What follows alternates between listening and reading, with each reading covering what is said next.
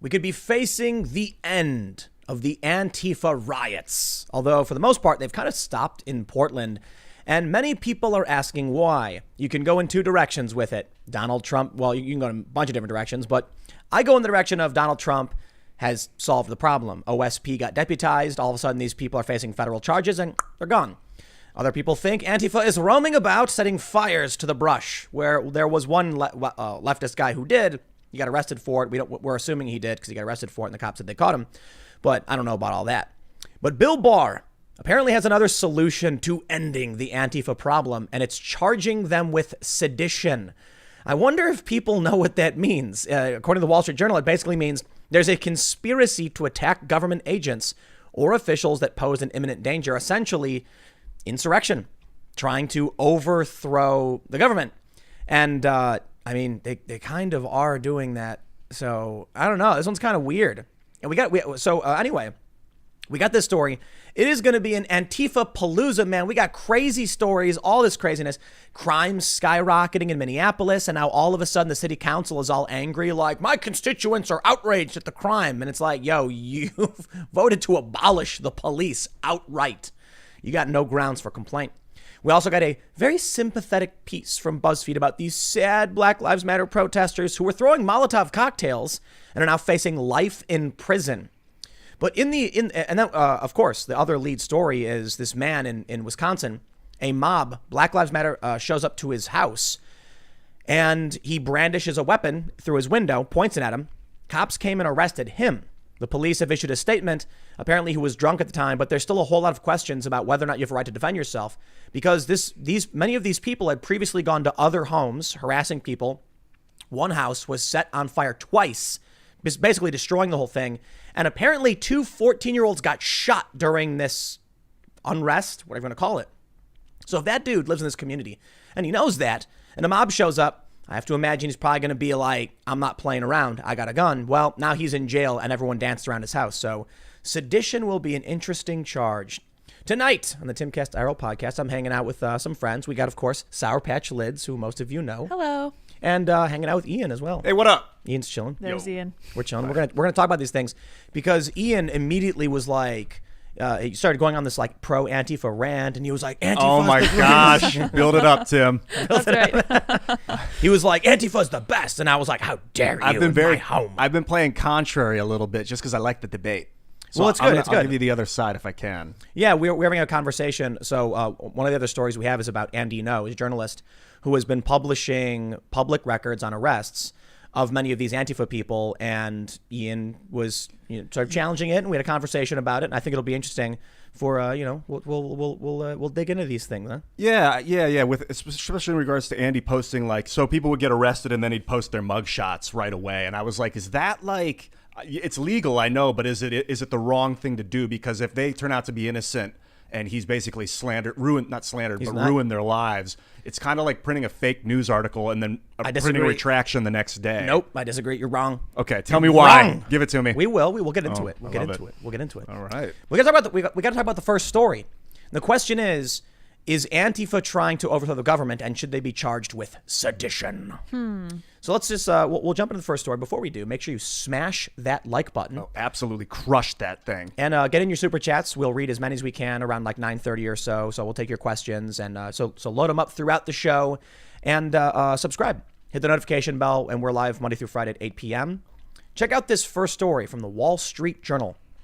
Barr tells prosecutors to consider charging violent protesters with sedition. I love this. I actually looked up what sedition was, and there have been different sedition acts implemented in the U.S., and I think the past several iterations have been unconstitutional. They've been repealed. To bring a sedition case, prosecutors would have to prove there was a conspiracy to attack government agents or officials that posed an imminent danger.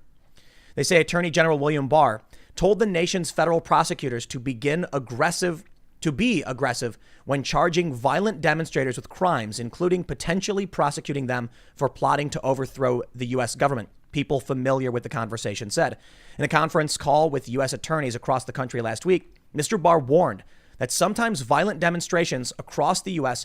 could worsen as sometimes They could worsen as November presidential election approaches. He encouraged the prosecutors to seek a number of federal charges, including under a rarely used sedition law, even when state charges could apply. The call underscores the priority Mr. Barr has given to prosecuting crimes connected to violence during months of protests against racial injustice, leading to major property damage, as President Trump has made a broader crackdown on the violence and property destruction a key campaign issue. U.S. attorneys have broad discretion in what charges they bring. Federal prosecutors have charged more than 200 people with violent crimes related to the protests, most of whom face counts of arson, assaulting federal officers, gun crimes. FBI officials earlier this year described the perpetrators as largely opportunistic individuals taking advantage of the protests.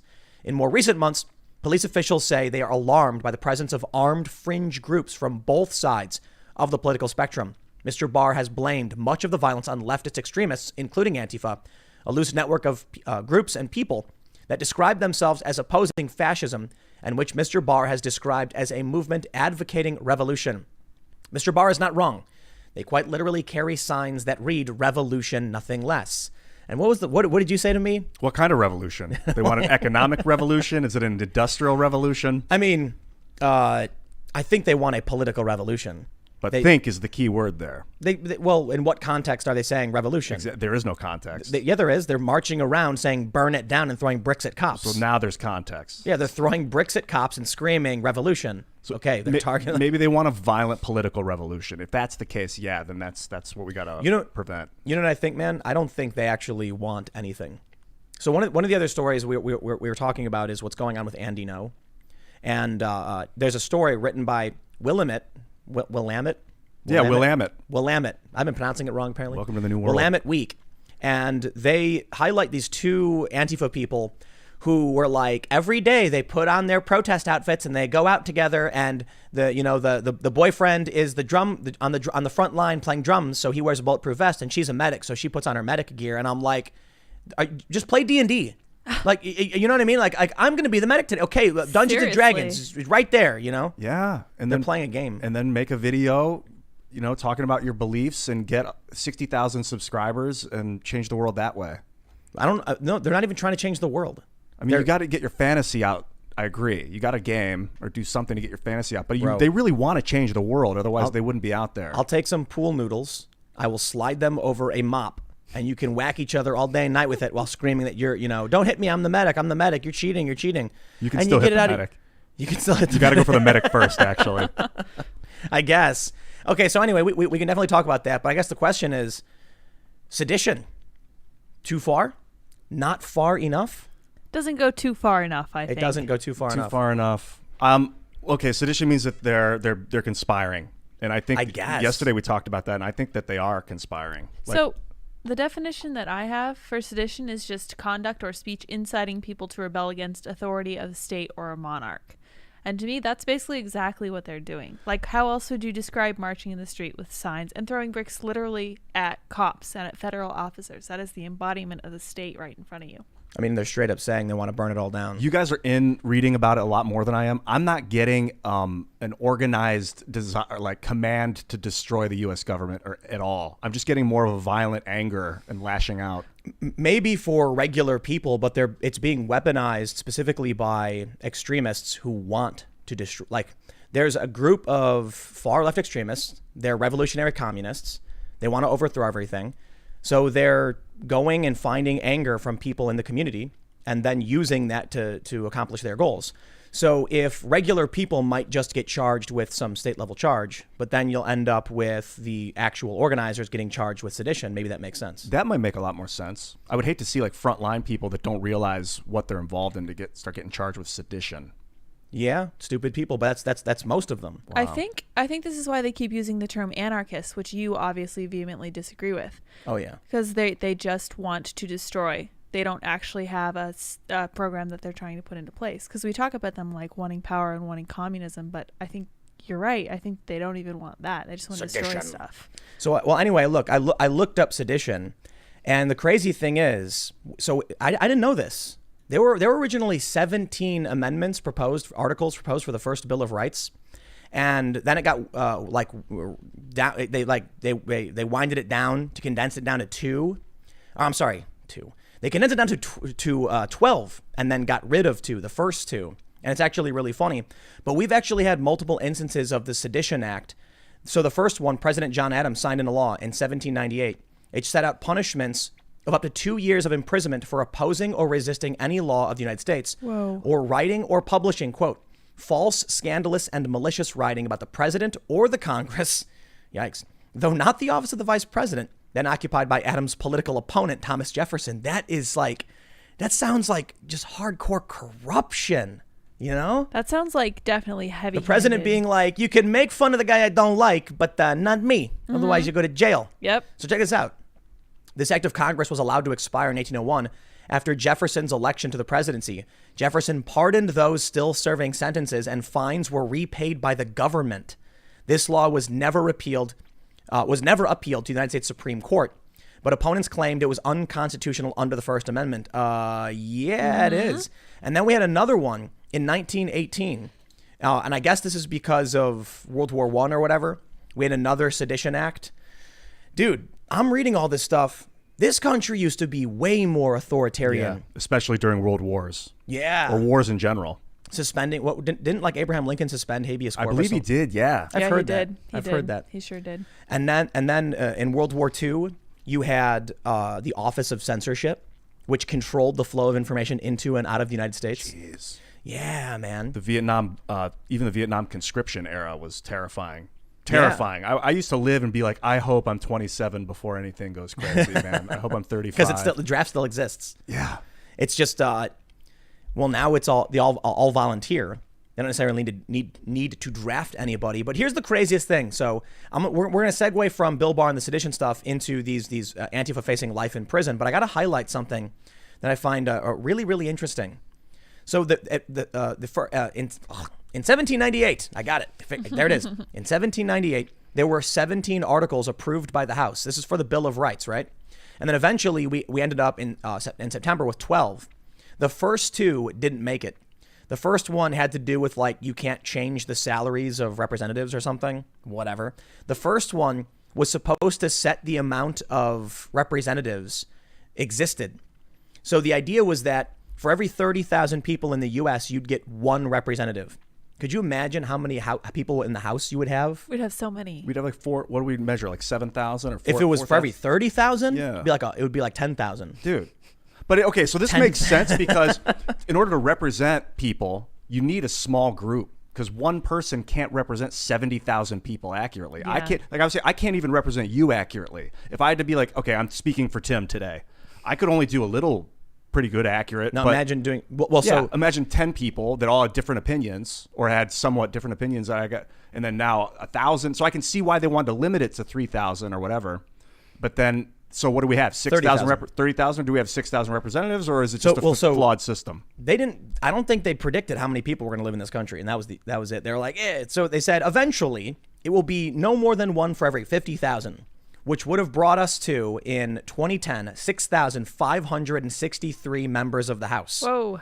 You would need a stadium for that. You need representatives for the representatives. Yeah. Yeah. Well, almost. You're getting close to it. So ineffective. Yeah. So ultimately, this is still pending before Congress, I guess.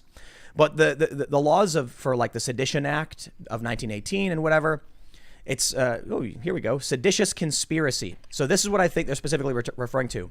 If 2 or more persons in any state or territory or in any place subject to the jurisdiction of the United States conspire to overthrow, put down, or to destroy by force the government of the United States, or to levy war against them, or to oppose by force the authority thereof, or by force to prevent, hinder, or delay the execution of any law of the United States, or by force to seize, take, possess any property of the United States contrary to the authority thereof, they shall each be fined or imprisoned not more than 20 years, or both. Oh, and there it is. For a seditious conspiracy charge to be effected, a crime need only be planned. It need not be actually attempted. Whoa. According to Andre Torres and Jose E. Velasquez, the accusation of seditious conspiracy is of political nature and was used almost exclusively against Puerto Rican independentistas in the 20th century, not 12th, 20th. However, the act was also used in the 20th century against communists. Wow. The United Freedom Front, neo-Nazis, and terrorists such as the Provisional IRA in Massachusetts and Omar Abdel Rahman. Well, I think that actually makes sense. I mean, when you look at Antifa attacking the federal courthouse in Portland, they were planning this. They were putting weapons. There was like a backpack found with commercial grade fireworks, explosives, bullets. And there was magazines were found with like red paint on them. So sounds like they were organized and planning for a siege on a federal building. Yeah, and they were trying to break into it. Dude, that's it. That's what this law is for. Preventing that. So they were trying to break in, but can they prove that people were planning to break in specifically to they specifically went to the federal building to destroy to harm and blow up the federal building. They wanted to set it on fire. There's a video of them trying to cut through the chains with like welding tools to like get in the building. The question, I guess one question is it a political movement, this Antifa thing, or is it just like a lash out against fascism and it's What's fascism? Corporate government collusion. The reason why I wanted to go through these past edition laws is to make the point we are so much more free today than back then. It's like maybe that's the problem. We've actually become so free. These people are running around unchecked, unopposed. And like we were saying, World War II, maybe those laws actually helped us win the war. Like it was crazy lockdown, martial law, but we won the war and we didn't have German spies sending information out of the country as far as we know. I mean, that's a big challenge in freedom versus security. Authoritarianism can be efficient in the short term because it allows you to execute very quick decisions and moves. But in the long term, it completely destabilizes a civilization because one individual can't accurately plan a long-term economy, and they can't accommodate everybody's desires. So if we could turn something on and then automatically have sunset clause, like turn on some authoritarian move and then have it disappear after 2 years. I'm wary of any kind of emergency powers. You know, you look at what's going on in Michigan. Governor Whitmer there's now 400,000 signatures to strip the governor of Michigan of the existing governorship's emergency powers because how the governor today has abused them. They won't give it up. And the craziest thing is Whitmer. She's the Democrat in Michigan who's locking everything down, and she's nuts. She's basically she's straight up telling people, don't sign this. Don't repeal my power. Do you think it would be more effective to get her out of office or to repeal the power of the office? Get the power out of there. So you don't like executive action, executive authority makes you nervous? Too much. Yeah. Too much. We need a good amount. This is too much. You look at how she's abused people and shut down like tiny barber shops run by like little old men. Yeah, dude. One person should not have that kind of power when it comes to state law.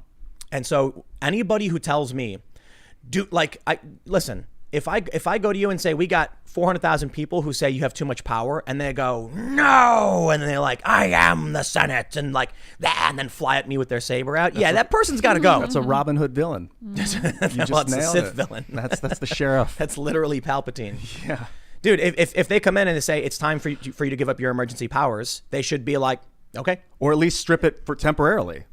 No, I mean look, it's an emergency power. It's supposed to be temporary. We are a country that requires the consent of the governed for the government to exist. There should never be a point where the governor's like, do not take my power from me. Right. You defer to your populace. Yeah. If 400,000 people say, we've signed signatures for this, my response would be like, can we do a referendum? Can we like put it on a ballot and then have everyone go and they can say yes or no? And then because emergency powers can work if you need to move quickly. If you're like, whoa, we got a major disaster, I need to be able to move faster than a council can to protect the people. So, Barr, do you like this sedition concept?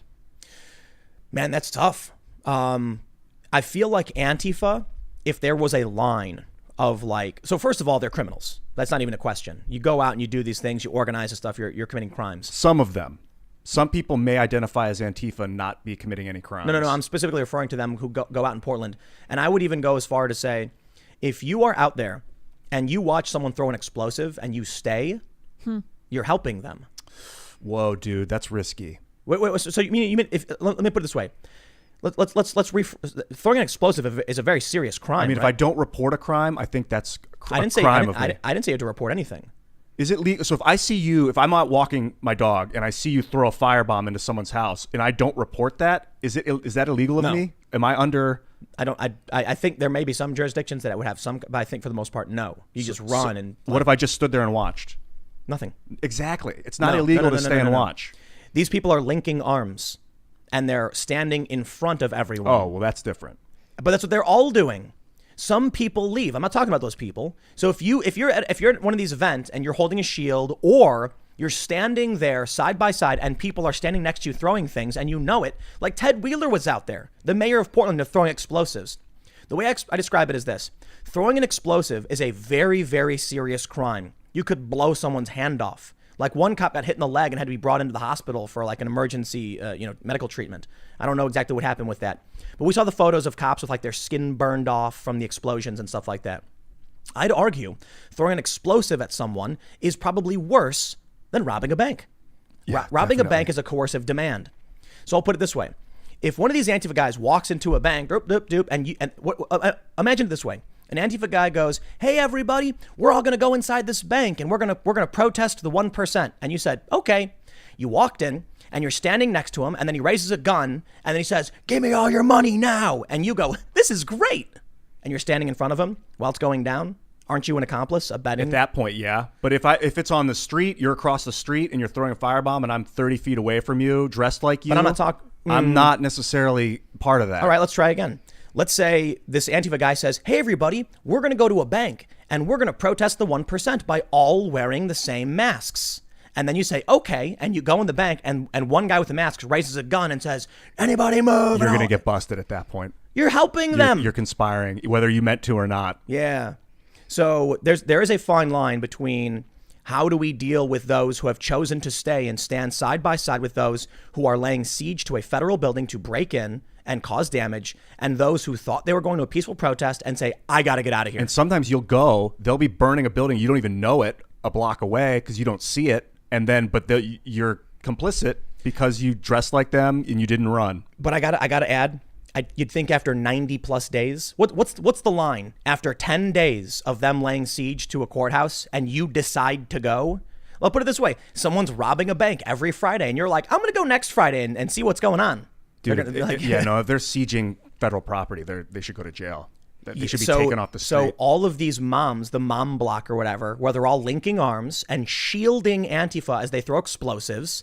Yeah, man, I think that crosses the line.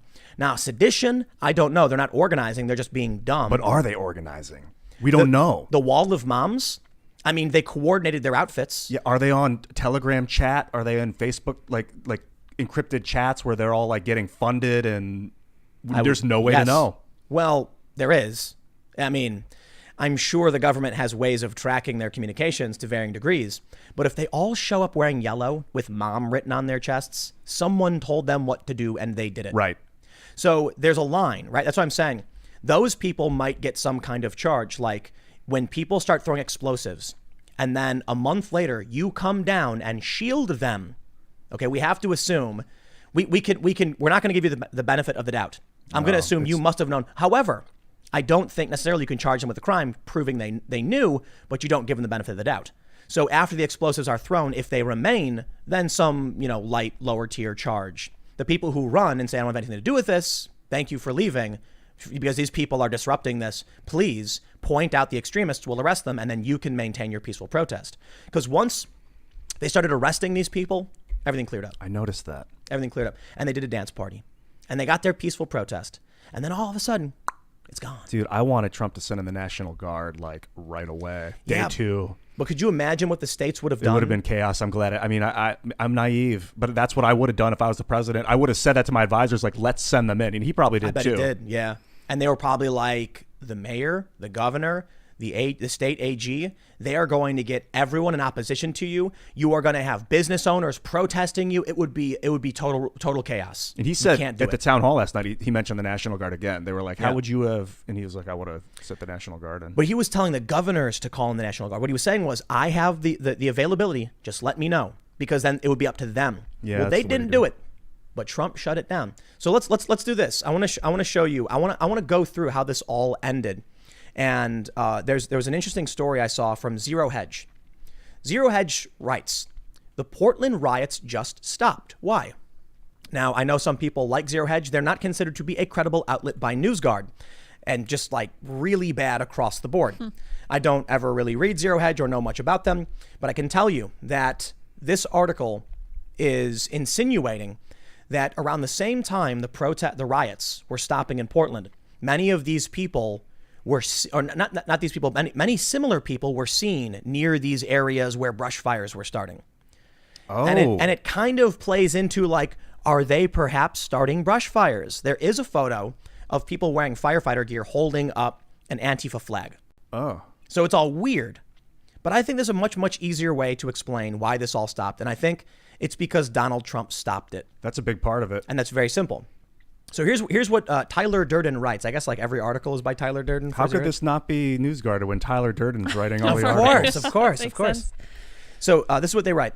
Since May 29th, Portland has been the backdrop of more than 100 nights of Antifa, anarchist, and Black Lives Matter, Inc. terroristic riots. They set fires, looted, and intimidated people by threatening to burn them alive in their homes. But after the millions of dollars of destruction, criminality, and thuggery is stopped last week, poof, why? I certainly don't want to tempt these thugs, but it can't go without saying that Portland's 100 plus days of riots appeared to end after Wednesday, September 9th. That was the last time the Portland Police Bureau warned about protesters with this tweet, saying Southwest Jefferson to Southwest Salmon from Southwest First to Southwest Broadway is closed to pedestrians but open for vehicular traffic. All people must leave the area to the west now. Chapman and Lonsdale squares are now closed. That's just local jargon, sure, but that was what they said. The usual live streamers decamped to other riots and fires. By September 10th, the overworked cops from Portland Police Bureau were offered out to assist other agencies. Suddenly, instead of being required to work the riot lines, they were free. Why? On September 7th, to the morning of the 8th, the Pacific Northwest experienced a major wind event. Winds gusted through Oregon and Washington at more than 60 miles per hour. Fires that had been allowed to crackle along, such as the Beachy fire, flared up. Power lines were down, the fires kicked up, and then came the reports. Clackamas County Sheriff officials reported that people had seen Antifa protester types reportedly stashing gas cans, looting, and looking ridiculously out of place. They were taking pictures and giving locals grief for trying to keep them out of closed neighborhoods. Locals wondered if there was a connection between the fires and the sightings of these folks. BLM was seen there. The original BLM, the Bureau of Land Management, not the group that borrowed the acronym. Now, I want to point out, there was one guy who was described by Cairo 7 local news as being a frequent visitor of defund the police protests. This guy got arrested. The police said he was trying to set a fire. That's the one guy we have. There's been a bunch of other crazy looking people, and I feel like I have an answer to why people thought that was the case. Why were they seeing these Antifa types that were out of place? Well, it's because these are many of the crazies who Antifa preys upon. The organizers seek out these unwell people, give them a grievance, and then rally them to go cause destruction because idle hands are the devil's playground. Mm-hmm. These people have nothing to do. So when these people have nothing to do and the organizers are gone, what do? They run amok. I don't think these people starting fires are far leftists for the most part. I don't think they're intentionally like it's an Antifa conspiracy. I think the insinuations through this are leading in the wrong direction. They don't actually say that Antifa was causing this. However, they go on to Catherine Herridge mentions this DHS leaked email that says this was written on day 60 of the Portland riots that Antifa is organized, not opportunistic. They know what they're doing. So then this is how Zero Hedge ends. They're organized, share the same tactics, and talk to each other. Why are they so quiet right now? Oregonians might well wonder that these threat actors are doing their arsons in the tinder dry woodlands of the state instead of nearby downtown Portland. The riots have stopped. Did they go to San Francisco or Lancaster, Pennsylvania to raise hell? Did they stop because of the smoky skies and air quality numbers that are off the charts? It seems unlikely that a group that spawned a murderer, multiple arsonists, and police assaulters would be dissuaded by smoky quality air. Is it because the media are busy covering the wildfires and there's nothing in rioting for the terrorists? Or is it because of something else? The riots are over for now. Why? I actually have a very, very simple answer. First, many of the fires, there's a ton of fires. Many of them was arson. Not the bigger ones, but people have been arrested for arson. They're not Black Lives Matter. But let's go back in time. GDC statement on recent visits to defendants by the FBI, September 4th, 2020. We have confirmed reports of the Federal Bureau of Investigation visiting people's homes in the last week or so. The result of some of these visits is that people with state charges, whether they have been no complaint or not, are being arrested by the FBI for federal charges of a similar nature.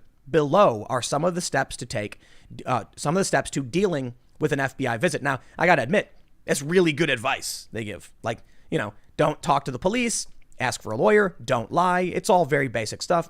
They say if you were arrested on state charges, interfering with a peace officer, unlawful direct laser, anything like this, you may want to take some preventative measures in case you are visited and or arrested by federal law enforcement. Some steps to take are below. I don't care about that part. And let's go back in time a little bit further. September 1st, deputized troopers may snarl Multco's protest prosecution plans. Move seemingly overrides Multnomah County's district attorney's limited prosecution approach. Mic drop. There it is. Trump solved the problem. Yep. Wow. That's why the riots have stopped. And it could be a combination. So Trump goes in, deputizes the cops. They send it off to the feds. The feds start busting the figureheads or the real dangerous people. And then the rest of them are like, let's get out of town because the feds are coming. So they scramble to the woods and start lighting fires. No. I don't think that. I think when the key organizers got snatched up by the feds because the was it Portland? What do they call themselves? The General Defense Committee. They said the feds are coming door to door and you're getting federal charges similar to your state charges. They grabbed the organizers. Organizers are gone. Now, the crazy people who were preyed upon by Antifa to be used as useful idiots to throw explosives, like that one dude. You remember that guy with the shield and he was guarding naked Athena or whatever her name was? There was that nude woman and this young guy was like shielding her. Another video came out where someone hands him an explosive and then he throws it at the building. It goes off. He got charged for it. They don't know who gave it to him. He said some guy gave it to him, told him it was like a spinner. It would go wing and fly in the air. Nope, it was a bomb. That guy got in trouble. The dude who gave him the bomb, I can only imagine, must have gotten arrested. Or once the feds started going in and arresting these people at their homes, the other organizers said the jig is up and they bolted and they're gone. That leaves all of these deranged and unwell people scattered. Many of the actual far leftists probably started preparing for the siege on the White House on September 17th. Many of them probably got scared, stay home, locked their door, or they're hiding at their friend's house. Many of them are in jail right now being held by feds and probably will never be released. And then all of the crazy people who were wandering around bored and screaming because they're literally unwell wandered off and started starting fires. That makes a lot of sense. That's my theory. I think that would require looking at some of these crazies who have started fires and seeing if they were at any of these protests. Exactly. It's an assumption. It's a safe assumption with a lot of moving parts, but it may not be the Pete crazies. The fires might be unrelated, but I think that's definitely the first part of what you said is extremely accurate. There are arsonists starting fires, 100%. And one of them was a Black Lives Matter leftist. Now, we should be able to easily prove whether or not many of these other people were at some of these protests. But I guess if they weren't arrested, we wouldn't know. But what happens when you have people who are throwing fire bombs at Seattle and Portland police departments, and now the organizers are gone? No one's giving them orders and telling them what to do. Right. They go start fires somewhere else. Yeah. I mean, these people were starting fires all over the place at the Portland police. I mean, this is the best theory I can come up with. So the riot stopped, and it's very simple. Donald Trump stopped them. It was a team effort, but yeah, he was leading the team. Well, I'll put it this way. The buck stops with him. He said, we're going to deal with this. He's got his appointees through the DHS and other organizations, and they took action, and they were smart, and they did it right. We'll see what comes up. We'll see what happens tomorrow night. Dude. Tomorrow night's the White House siege. Oh, wow. It's the non-violent siege of the White House for have 50 they days. deputized any other cities' cops? Not that I know of. That is such a cool idea. I mean, it's kind of worrying. So Why? The feds are supposed to operate within federal jurisdiction. They're supposed to, like the FBI deals with specific crimes pertaining to, interstate commerce kind of things, or like a murderer crossing state lines. Many of these people aren't from Portland, so the FBI would have jurisdiction.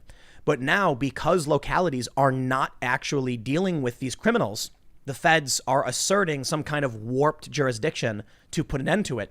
I don't like it. I don't like it because, well, I do like that they're ending the riots. I do think that is it. I think Trump was like, how can we do this without going in? And they said, we can deputize the state police. The DHS was like, get it done. And I'm sure Trump knew. I'd be willing to bet he did. It's a brilliant idea. I'm not saying it was his idea, but I'm sure they were like, look, we can do this. There may be a legal challenge. But who wants to be the person right now to sue the feds on behalf of Antifa. The Democrats have defended Antifa to an absurd degree, but right now they know it's a vulnerability. So they can't be seen as being sympathetic and protecting them right now. The cat wants Bucko. I got Bucko a bowl of water because he keeps drinking my water, but now he wants my water. He doesn't want the bowl. That's your bowl. He's not satisfied. Now he's taking yours, huh? Oh, you can have it. So anyway, Come here. there you go, man. You cut. What did you call it the other day? Cutting the head off the snake? Yeah. Yeah. And Slice it off. It doesn't always work because sometimes if it's the system that's the problem, cutting the head off, it'll just grow a new head. Yeah, it looks like it was top down. Should we talk about how the media is sympathetic to the extremists? Oh my gosh, Yeah. yes. Oh yeah. Check this one out. Oh. From BuzzFeed, these two lawyers face up to life in prison for allegedly burning an empty cop car. The federal case against the lawyers, Colin Mattis and Uruj Rahman, is a stark example of how the Trump administration is cracking down on Black Lives Matter protesters. They made several mistakes writing this article. Oh, tell me. So the first thing they said is, we admit it. This is Black Lives Matter. Done. Every statement of support, every banner at every football field, every knee bent on the field is now represented by two people who are giving out and throwing Molotov cocktails. Whoa. That was a mistake. Antifa separated Black Lives Matter from the violence, even though I kept saying, we know these people, they're yelling Black Lives Matter. Right. There's a lot of cross culture going on. So thank you, BuzzFeed, for giving us the facts that these people who are going out and burning everything down are, in fact, representatives of the Black Lives Matter movement. And there it is. The other mistake they made was that I think it was in the tweet, so I wonder if it's included in the article. Yeah, here we go. They go on and bring up how these people are immigrants. I got a question, BuzzFeed. Why does it matter that these extremist arsonists, these people arrested on charges of being arson and other, I guess I don't know what else was charged. We'll read into it. But what does their crime have to do with them being immigrants? You know what this sounds like to me? What It does it sound sounds to me like these countries that these people are from are not sending their best. Oh no! this BuzzFeed, ties what have into you other done? propaganda. Yeah. Oh this no, is BuzzFeed. nonsense. BuzzFeed, are you making pro-Trump propaganda Oh, my to say goodness. that the children of immigrants are that somehow correlates? Oh man. BuzzFeed, you don't not like Trump, do you? Listen. It's an absurd notion, but they're trying to garner sympathy by saying they're immigrants being prosecuted, and instead they're saying firebomb arrests and immigrants, which are completely unrelated. They're extremists. It's their political ideology. It has nothing to do with who their parents are. I'm Right. sure, in fact, their parents worked very, very hard to get here and are probably very upset with them. Let's read a little bit of this and see what they have to say, because the tweet they put out, it all seems so sympathetic to these poor Black Lives Matter supporters, protesters, who there's a photo of them in a car holding Molotovs. Oh, wow. I mean, it looks like them. I'll put it that way. I got to be very careful because we're dealing with innocent until proven guilty and all that stuff. Here's what BuzzFeed writes. The NYPD van on a Brooklyn street was banged up and empty, a battered steel shell with shattered windows and a mask of spray paint, shortly before 1 a.m. On Saturday, May 30th, the fourth straight night of nationwide protests against police brutality, a Molotov cocktail set it ablaze. A surveillance camera perched outside the NYPD's 88th precinct down the block captured the incident, including a tan Town & Country minivan at the scene. Around 10 minutes later, officers pulled over a vehicle fitting that description. Colin Ford Mattis, 32, was at the wheel, and Aruj Rahman, 31, was in the passenger seat. Officers found a lighter, a tank of gasoline, and a bottle stuffed with toilet paper in the back seat. Rahman and Mattis were handcuffed and transported into holding cells at the NYPD headquarters. 2 of 23 people arrested in Brooklyn that night for actions connected to the protests against police brutality. They're facing life in prison, and based on what BuzzFeed just wrote, I kind of think they'll get convicted. So for burning an already blown out van, they're going to get life in prison? Did it say it was already blown out? Yeah, they said their windows were shattered. It was spray painted. It was a husk. Oh, sure. Yeah. For throwing Molotov cocktails. It's still state property. It's not about the damage to the vehicle. It's about people driving around with Molotov cocktails and throwing them. Really? I mean, That's what life in prison? What if it's an act of terrorism? Yeah. They're doing it for a political cause. I don't know. It's an interesting question because I'm not sure I like the idea of crimes on top, like motive crimes. But what if there was somebody like in the car? They wouldn't have known. No, that's There- hardcore. It was some other woman, I believe, who threw a Molotov at a car at a van full of That NYPD. person should get maybe charged with like life in prison, I think, for The- trying the- to kill a bunch of people. The issue is, you're going to go out with Molotov cocktails throwing them. It doesn't matter if you were like, don't worry, I'll do my best not to engulf someone in flames. You can charge someone and arrest them, charge them with life in prison, or charge them and then give them life in prison and then let them out also. Yeah, they could get parole or something. If they change their ways. I mean, 45 years or life or whatever what they're saying. That's really harsh. But I wonder if the reason they're doing it is because setting an example. maybe, dude. Maybe they have to. Yeah. Check this out. They say the case against Rahman and Mattis took a different track because the incident involved an explosive device, a specialized unit of the NYPD officers and FBI agents called the Joint Terrorism Task Force, formed in 1980 to root out threats to national security, spearheaded the investigation.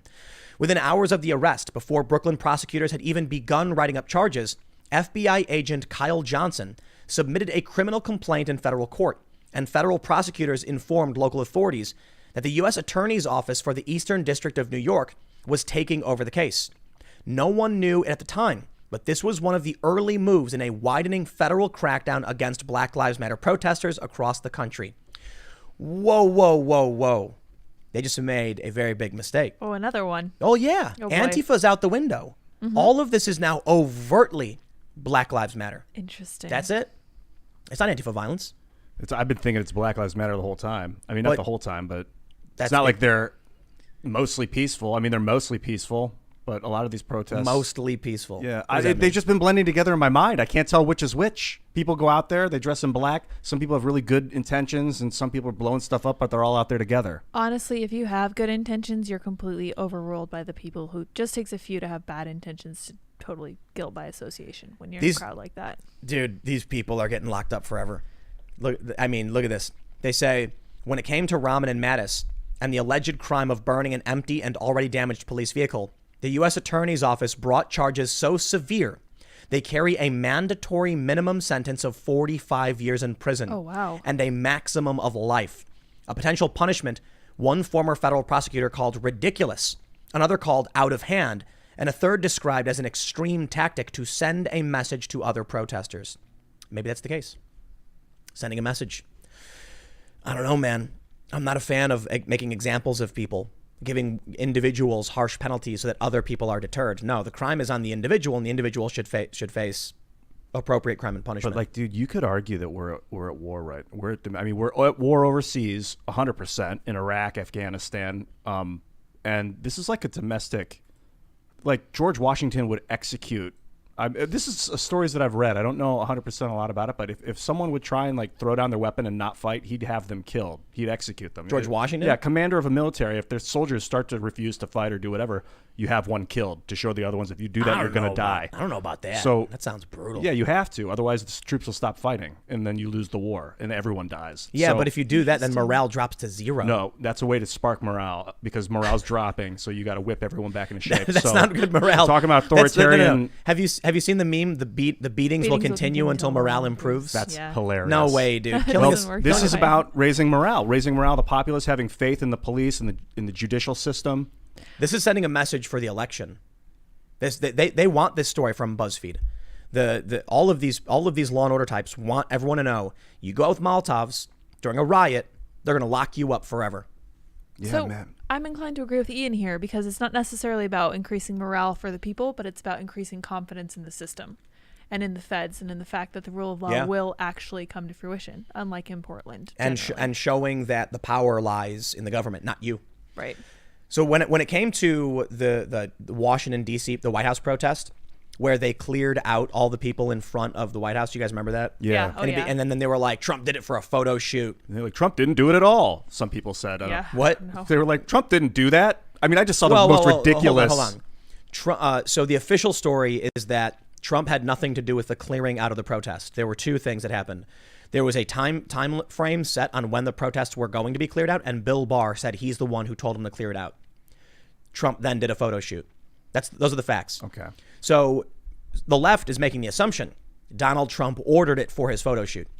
Trump might have had no idea. Okay. Someone might have been like, "Oh, the protests are going to be leaving," and then Trump was like, "I don't know." Let's clear him out because the president's going in. Trump's probably watching Fox News and he's sitting there and he's eating his McDonald's. And I don't mean that direct in a disrespectful manner. He literally does this. And then someone said, "Mr. President, your 7:00 photo shoot in front of the church." Oh, okay. But and he gets up and walks out. Regardless, peaceful protesters were like smoke grenaded out to get the president in for a photo shoot.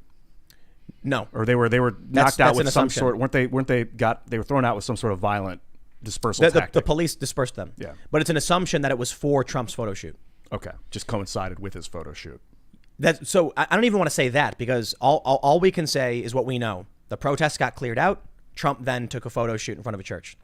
I think it was the night before or the night before that, they had set fire to the famous church. Was it St. John's? I think St. John's, yeah, that chapel. It's a historic presidential church that right across the street.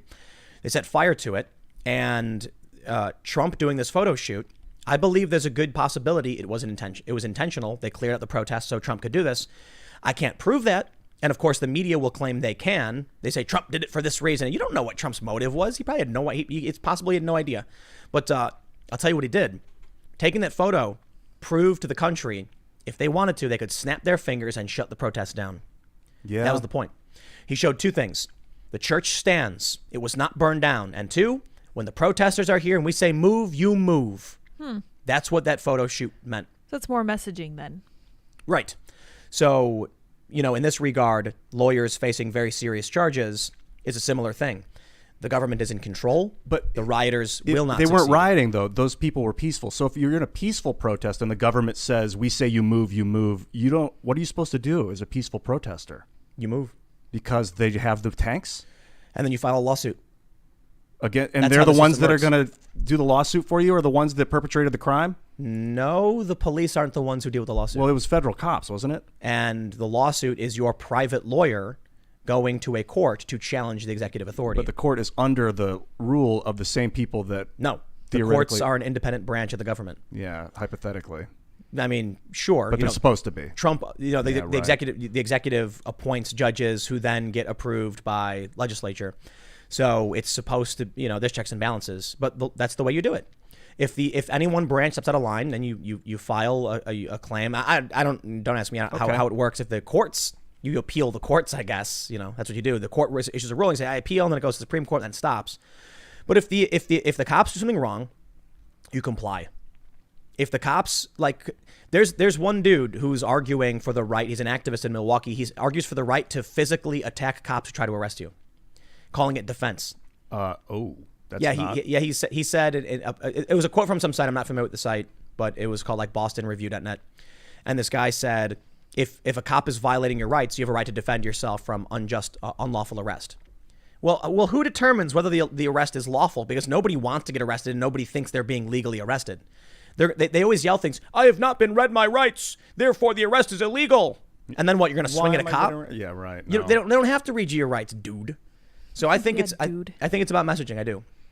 But let's jump into the second lead of the story. If you haven't already, make sure you smash the like button. And if you really do like the show, you can share it because sharing is the best way to do it. I mean, no joke. If 32,000 people shared this show right now, then we would have 32 million viewers. It's true. And once we had 32 million viewers, I would say something very profound and important to all the people of the world. I'm excited. 32 million viewers incoming. I would say tweet hashtag Joe Must Show. Joe Biden must join the debate with Donald Trump, moderated by Joe Rogan. That's the hashtag Joe Must Show. Crush that like button because if we get to 40,000 views, I'm putting a beanie on. Oh, a beanie. Just a regular Just a regular beanie. Just a regular I know one. you want it. Everybody's all right. Everyone's like, what? Let's take it to the next level. We got an Antifa. We got all these Antifa stories going on right now. Check this out. Milwaukee man mobbed by Black Lives Matter activists arrested for trying to defend his home. Now, this is the narrative that went out among many conservative, right-leaning, and anti-SJW type reporters. These Black Lives Matter activists show up in front of this guy's house. They're screaming. They literally have a banner that says Black Lives Matter, and they got the big Black Lives Matter fist. And then this guy in his window shows what looks like a shotgun of some sort. And then he pumps it, and then he aims out the window. At some point after that, cops show up and arrest him. And all of these people start cheering. We now have an official statement from the police, and we're gonna break all this down. Milwaukee police tweeted, "Suspect arrested for pointing and aiming a long gun at protesters." They go on to say, on Monday, September 14th, and this is really weird. They include this weird context that's irrelevant to the crime in question. On Monday, September 14th, 2020, at approximately 4:25 p.m., Milwaukee police responded to a residence located at the 3400 block of North 80th Street regarding a trouble with subject call for service. The suspect threatened to physically harm the victim, who is his neighbor, while wielding a chainsaw, causing the victim to fear for their safety. The suspect, a 56-year-old man from Milwaukee, was arrested for disorderly conduct while armed. Okay, I'm not sure what that has to do with the crime in question now and why they're saying that. Why are they bringing that up? Are they saying that the guy who held the long gun is the guy who threatened the dude with the chainsaw? I think that's where we're going. It's Let's read. unclear, though, yeah. On Tuesday, September 15th, at approximately 5:21 p.m., officers were dispatched to a demonstration at the same location where several individuals protested outside the suspect's residence. At approximately 8:30 p.m., the officers who were monitoring the protest were notified by a witness that the suspect was inside his residence by a window and that the suspect motioned the long gun as if he chambered around and then pointed the gun at the crowd. The video of the incident was subsequently broadcasted on several social media outlets. Officers made contact with the suspect and observed that he appeared to be intoxicated. He was subsequently arrested for endangering safety by use of a dangerous weapon while under the influence of an intoxicant, disorderly conduct while armed, and bail jumping. The bail jumping one I don't get. Criminal charges will be referred to the Milwaukee County District Attorney's Office in the upcoming days.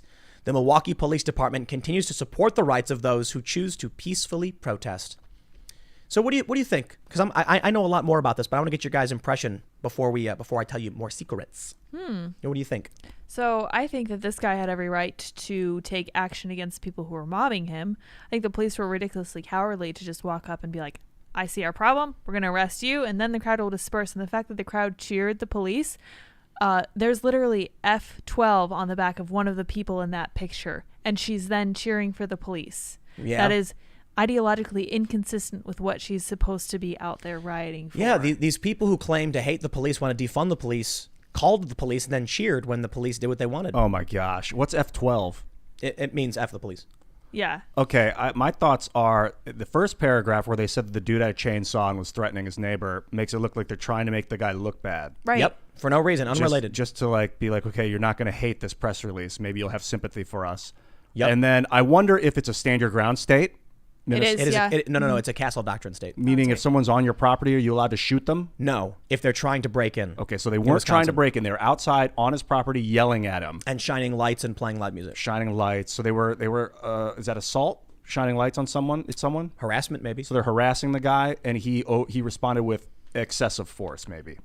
Brandishing a weapon and pointing at him. And he was drunk while he did it, which is another form of crime. They said he appeared to be. Or he was intoxicated, so some sort of drug. No, they said he appeared to be. And from the first part of this press release, it sounds... Here, I'll tell you what I think. I don't know if this guy was drunk. I don't know if he chased somebody with a chainsaw. None of that's on video. It sounds like the police saw a mob of people and said, "Oh no, what do we do?" And they said, and then the other cop is like, "There's no way we can deal with this mob." Well, what if we arrest the guy in his house? Yeah, arrest the guy in the house to appease the mob. We were just talking about this. Yeah, I talk about it a lot. This is well, if that's the case, that's bad policing.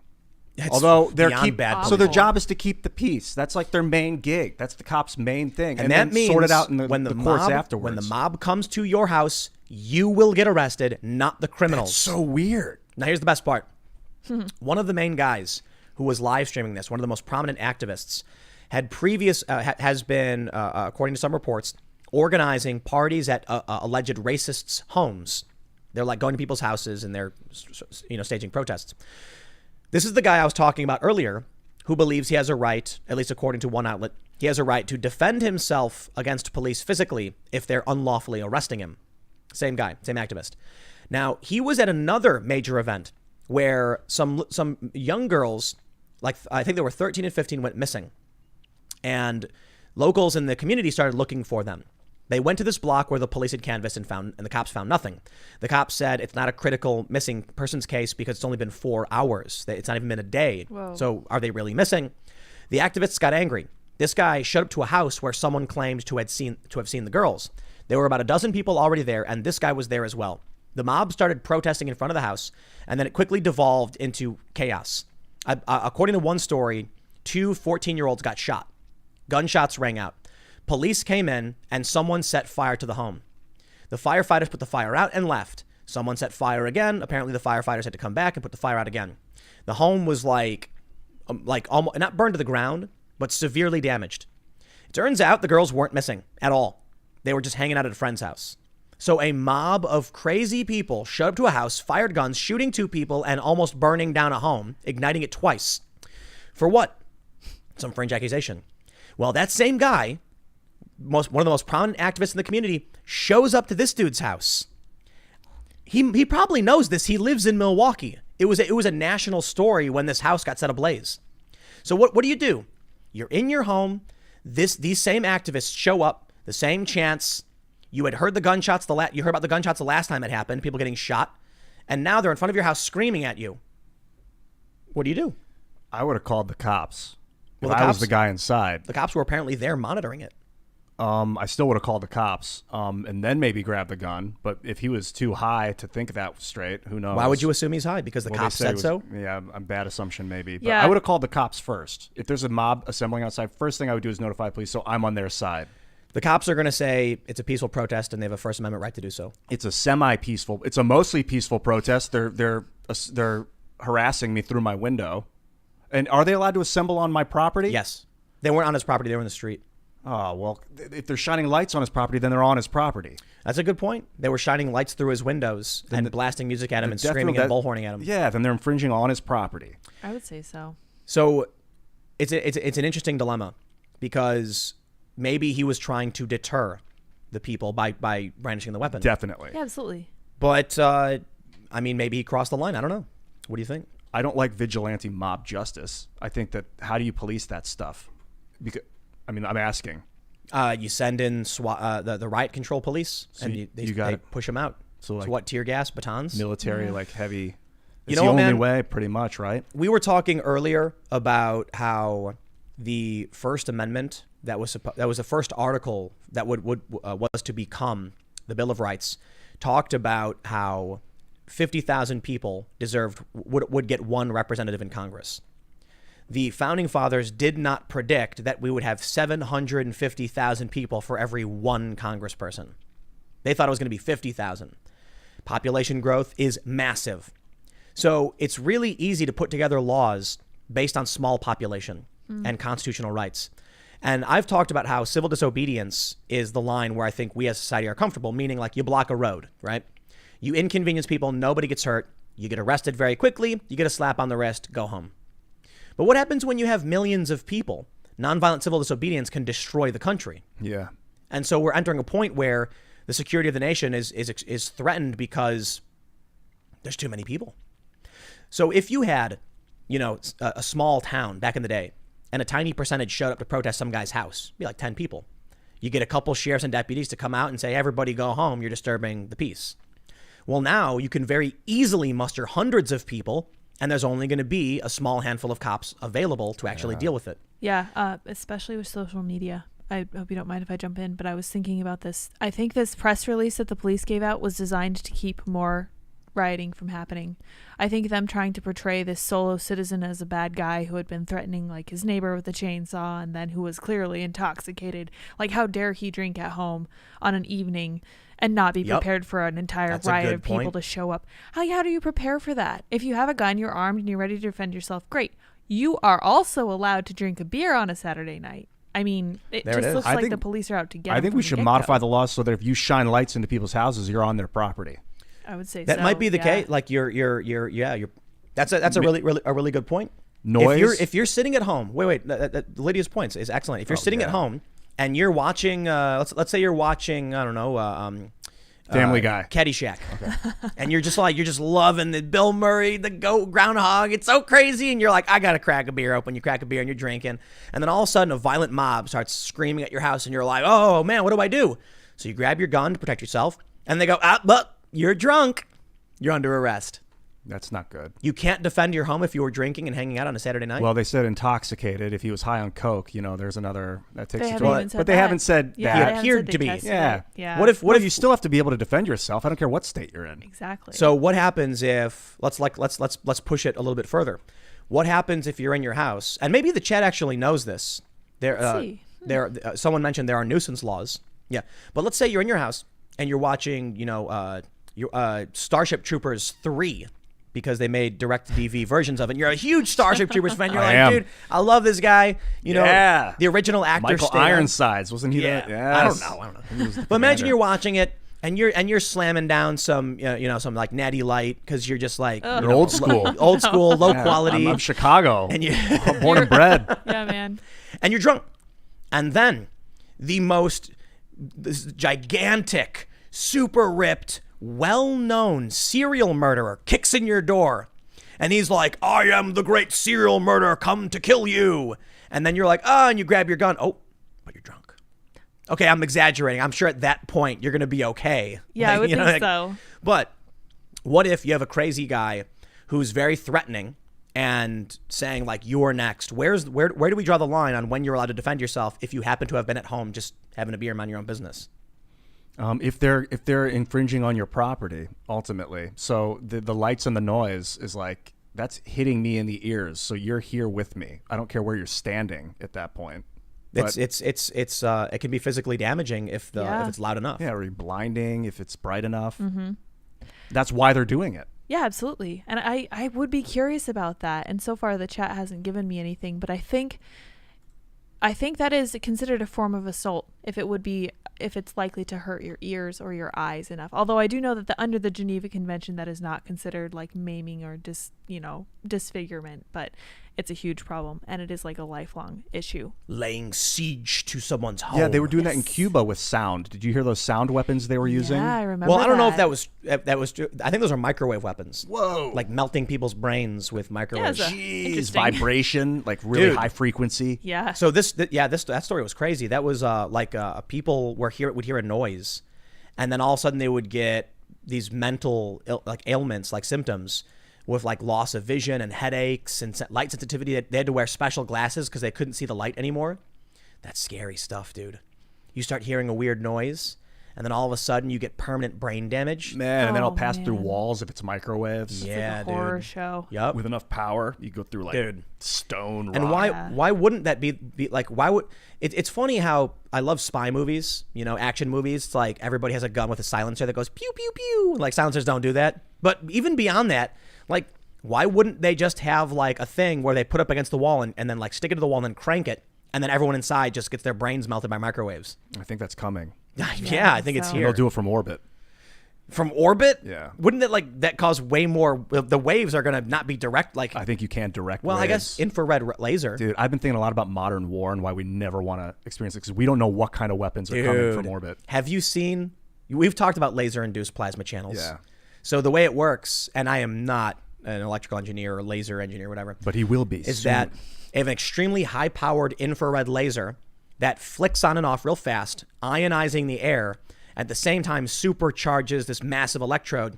So then the electricity travels down the superheated path of least resistance. So effectively, they can point the weapon at you and fire and strike you with lightning. And a friend of ours, Jeremy Riss, who's alien scientist on YouTube, you can check out his channel. Knows people to help us make one. No, he's got a team. Have you seen the videos of the destroyers with the crazy laser turrets? It's got like 3 lenses and it aims and just just locks on and it just holds an infrared laser and the thing just bursts into flames and crashes. I think China was testing one and said, we tagged you one of your jets to the US government. No, that was laser targeting. Oh, so they were just letting us know they could target the jet. They were locked on. But I've heard of what you're talking about. There's a video, you can watch it on YouTube. Oh, and they just take it out of the sky, turn it on, turn it off. Bro.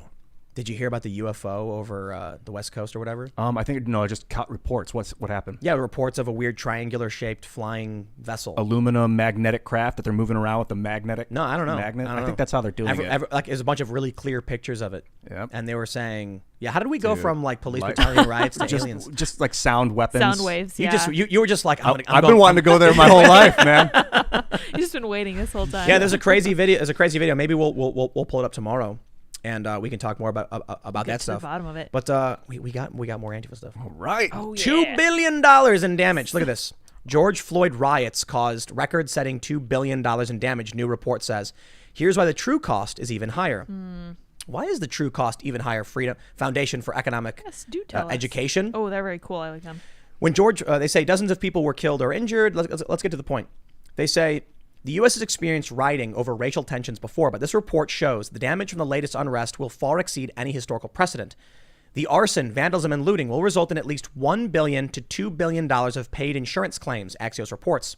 This will eclipse the record set in the LA 1992 riots after the acquittal of police officers who brutalized Rodney King. However, there are many reasons that this figure vastly underestimates the true damage wrought by the looting and violence that has broken out in recent months. For one, the Axios report only measures insured losses. The obvious problem here is that not all the damages were insured. There was a story I was reading where apparently a bunch of these businesses, their haul-away claims, which means like for when the debris and rubble is capped at $25K. Oh. Whereas the actual cost was $150. Whoa. For many of these businesses. When they destroyed the entire building, the insurance didn't cover the cost of removal of debris. Wow. So they just did nothing and they walked away from it. So the costs are way higher than $2 billion. They go on to say, as I previously explained, insurance is no panacea for the societal ills imposed by rioting. Indeed, 75% of U.S. businesses are underinsured, and about 40% of small businesses have no insurance at all. Their untold millions in losses don't show up in the $2 billion figure. So too, insurance doesn't account for the personal pain and suffering caused by rioting. For example, what about the more than 15 people who died during the unrest? It's actually more than that, but some of the deaths were like peripheral or considered to be accidental. Their lives and their families' pain don't get counted in any insurance company's budgetary analysis, nor does the pain of those such as elderly businessman punched in the face while his store was ransacked in Kenosha, Wisconsin, manifests itself in total reports of on insurance compensation. You know what I'm going to say? You know what they don't account for? That Trump over there. You can buy another stand-up Trump, right? Yeah, I should be able to. What about the painting next to it my mom made? No. Insurance can't cover that. Absolutely No, not. take a picture of it. So what happens when your business, you've got a painting that a family member made for you, maybe a family member who died, and they burned it down? Insurance can't pay for that. Right. That's well beyond monetary costs, And man. psychological value is you can't put a dollar on that. This is something I was thinking about, because when you burn someone's small business, you are as close to literally, in the correct sense, as possible burning the American dream. Because if they started from the ground up and they've been working on it for 35 years and they've handed it down through their family and they've taught all their kids to work there, that's gone. And you cannot buy that back. There's nothing that will replace that. I mean, that's more than billions of dollars. And you're just talking about repairing the actual structure, Right. not about how long it will take, all the lost revenue that your business Exactly. isn't open, and the people that you'll lose that have to go get other jobs. Yep. Regular customers who don't shop with you anymore. I would love to know how many of these things how many businesses that were destroyed were not insured or were underinsured. Most of them. And you're saying a sixth, so of the $150,000, they only cover $25,000. That's a sixth. That was a story from the Minneapolis Star Tribune, I think it is. Man, They so said that many of these businesses are capped out at $25K. $2 billion. Doesn't even account for the true cost of all of the damage. Man. Well, that's the far left. So this damage, to go back to that sedition stuff with Bill Barr, I think it's interesting because what if they're pro-China? Some of them are. Man, you're speaking my language. I think my conspiracy is that the the CCP is trying to sow dissent in the United States, and this is how they're doing it. It's a perfect opportunity. Did you guys look at that Tucker Carlson interview about that girl, that Chinese whistleblower? I didn't see it, but apparently she said that it was made in the lab and it was as a weapon. Yeah, but she also worked at the University of Hong Kong. Okay, so that could be bunk, but right. It's but not out of question for government to tamper with a foreign country. So the point I brought up on that story, for those not familiar, Tucker Carlson had on a whistleblower from a university in Hong Kong saying the Chinese Communist Party manufactured and intentionally released COVID. My thought on that is there's a potential for bias because she was working, in Hong Kong. Mm-hmm. So Hong Kong is being repressed and suppressed by the Chinese Communist Party. And but I will say, why do we trust one expert over another if they have the same credentials? Yeah, good Why point. is it that if one expert comes out and says it's not man-made, we say, you got it, done, story's over. But when she comes out, everyone says fake news, ignore it. They suspended her on Twitter. Yeah, she got suspended on Twitter. And on Instagram, Tucker Carlson's post was flagged as fake news. Here's the best part. When it says, see why this is fake, it doesn't actually talk about the whistleblower. It references months-old stories about COVID. So we have a news story. We have an actual researcher who was working at a university in Hong Kong saying they know this, and they published a paper on it. And now they're taking old stories that don't actually reference anything having to do with her and using it to prove Tucker's story is false. Well, okay. So that's crazy. That's a little over-managed, I think. So free software. I'll say it again, free software. Let's have like a government free software social network that, is run by the people. But, okay, so COVID aside, maybe that they're tampering and funding this chaos. Or, in some capacity trying to make everything crazy. Yeah, it's perfect timing. I mean, they hate Trump. They want to make Trump look bad. Maybe. I don't know. This kind of helps Trump in some ways, but the economic damage is bad for this country. It's devastating. Yeah. And psychological damage. People are like, the suicide rate, I don't know what it is, but I've heard that it's gone up, like sadly, Yeah, a sad it's amount. awful, like something like I'm 40%. so blessed that we've been able to all live kind of together in a house. No, 'cause, keep our sanity. The socialization is key. I cannot imagine what it would be. Sometimes I go into these modes where I'm like, what if I was living alone in an apartment in like New York? How horrible the That'd be last awful. 6 months would have You'd been. be insane. I would have gone nuts. You'd be I'd the- have been you'd be making the Joker. the most gross internet videos is what I would have been doing. It would have been just, people would be like, shut What up. is going It's on so right now? negative. Oh, Ian. You'd be probably going out screaming in the streets. I don't know what, man.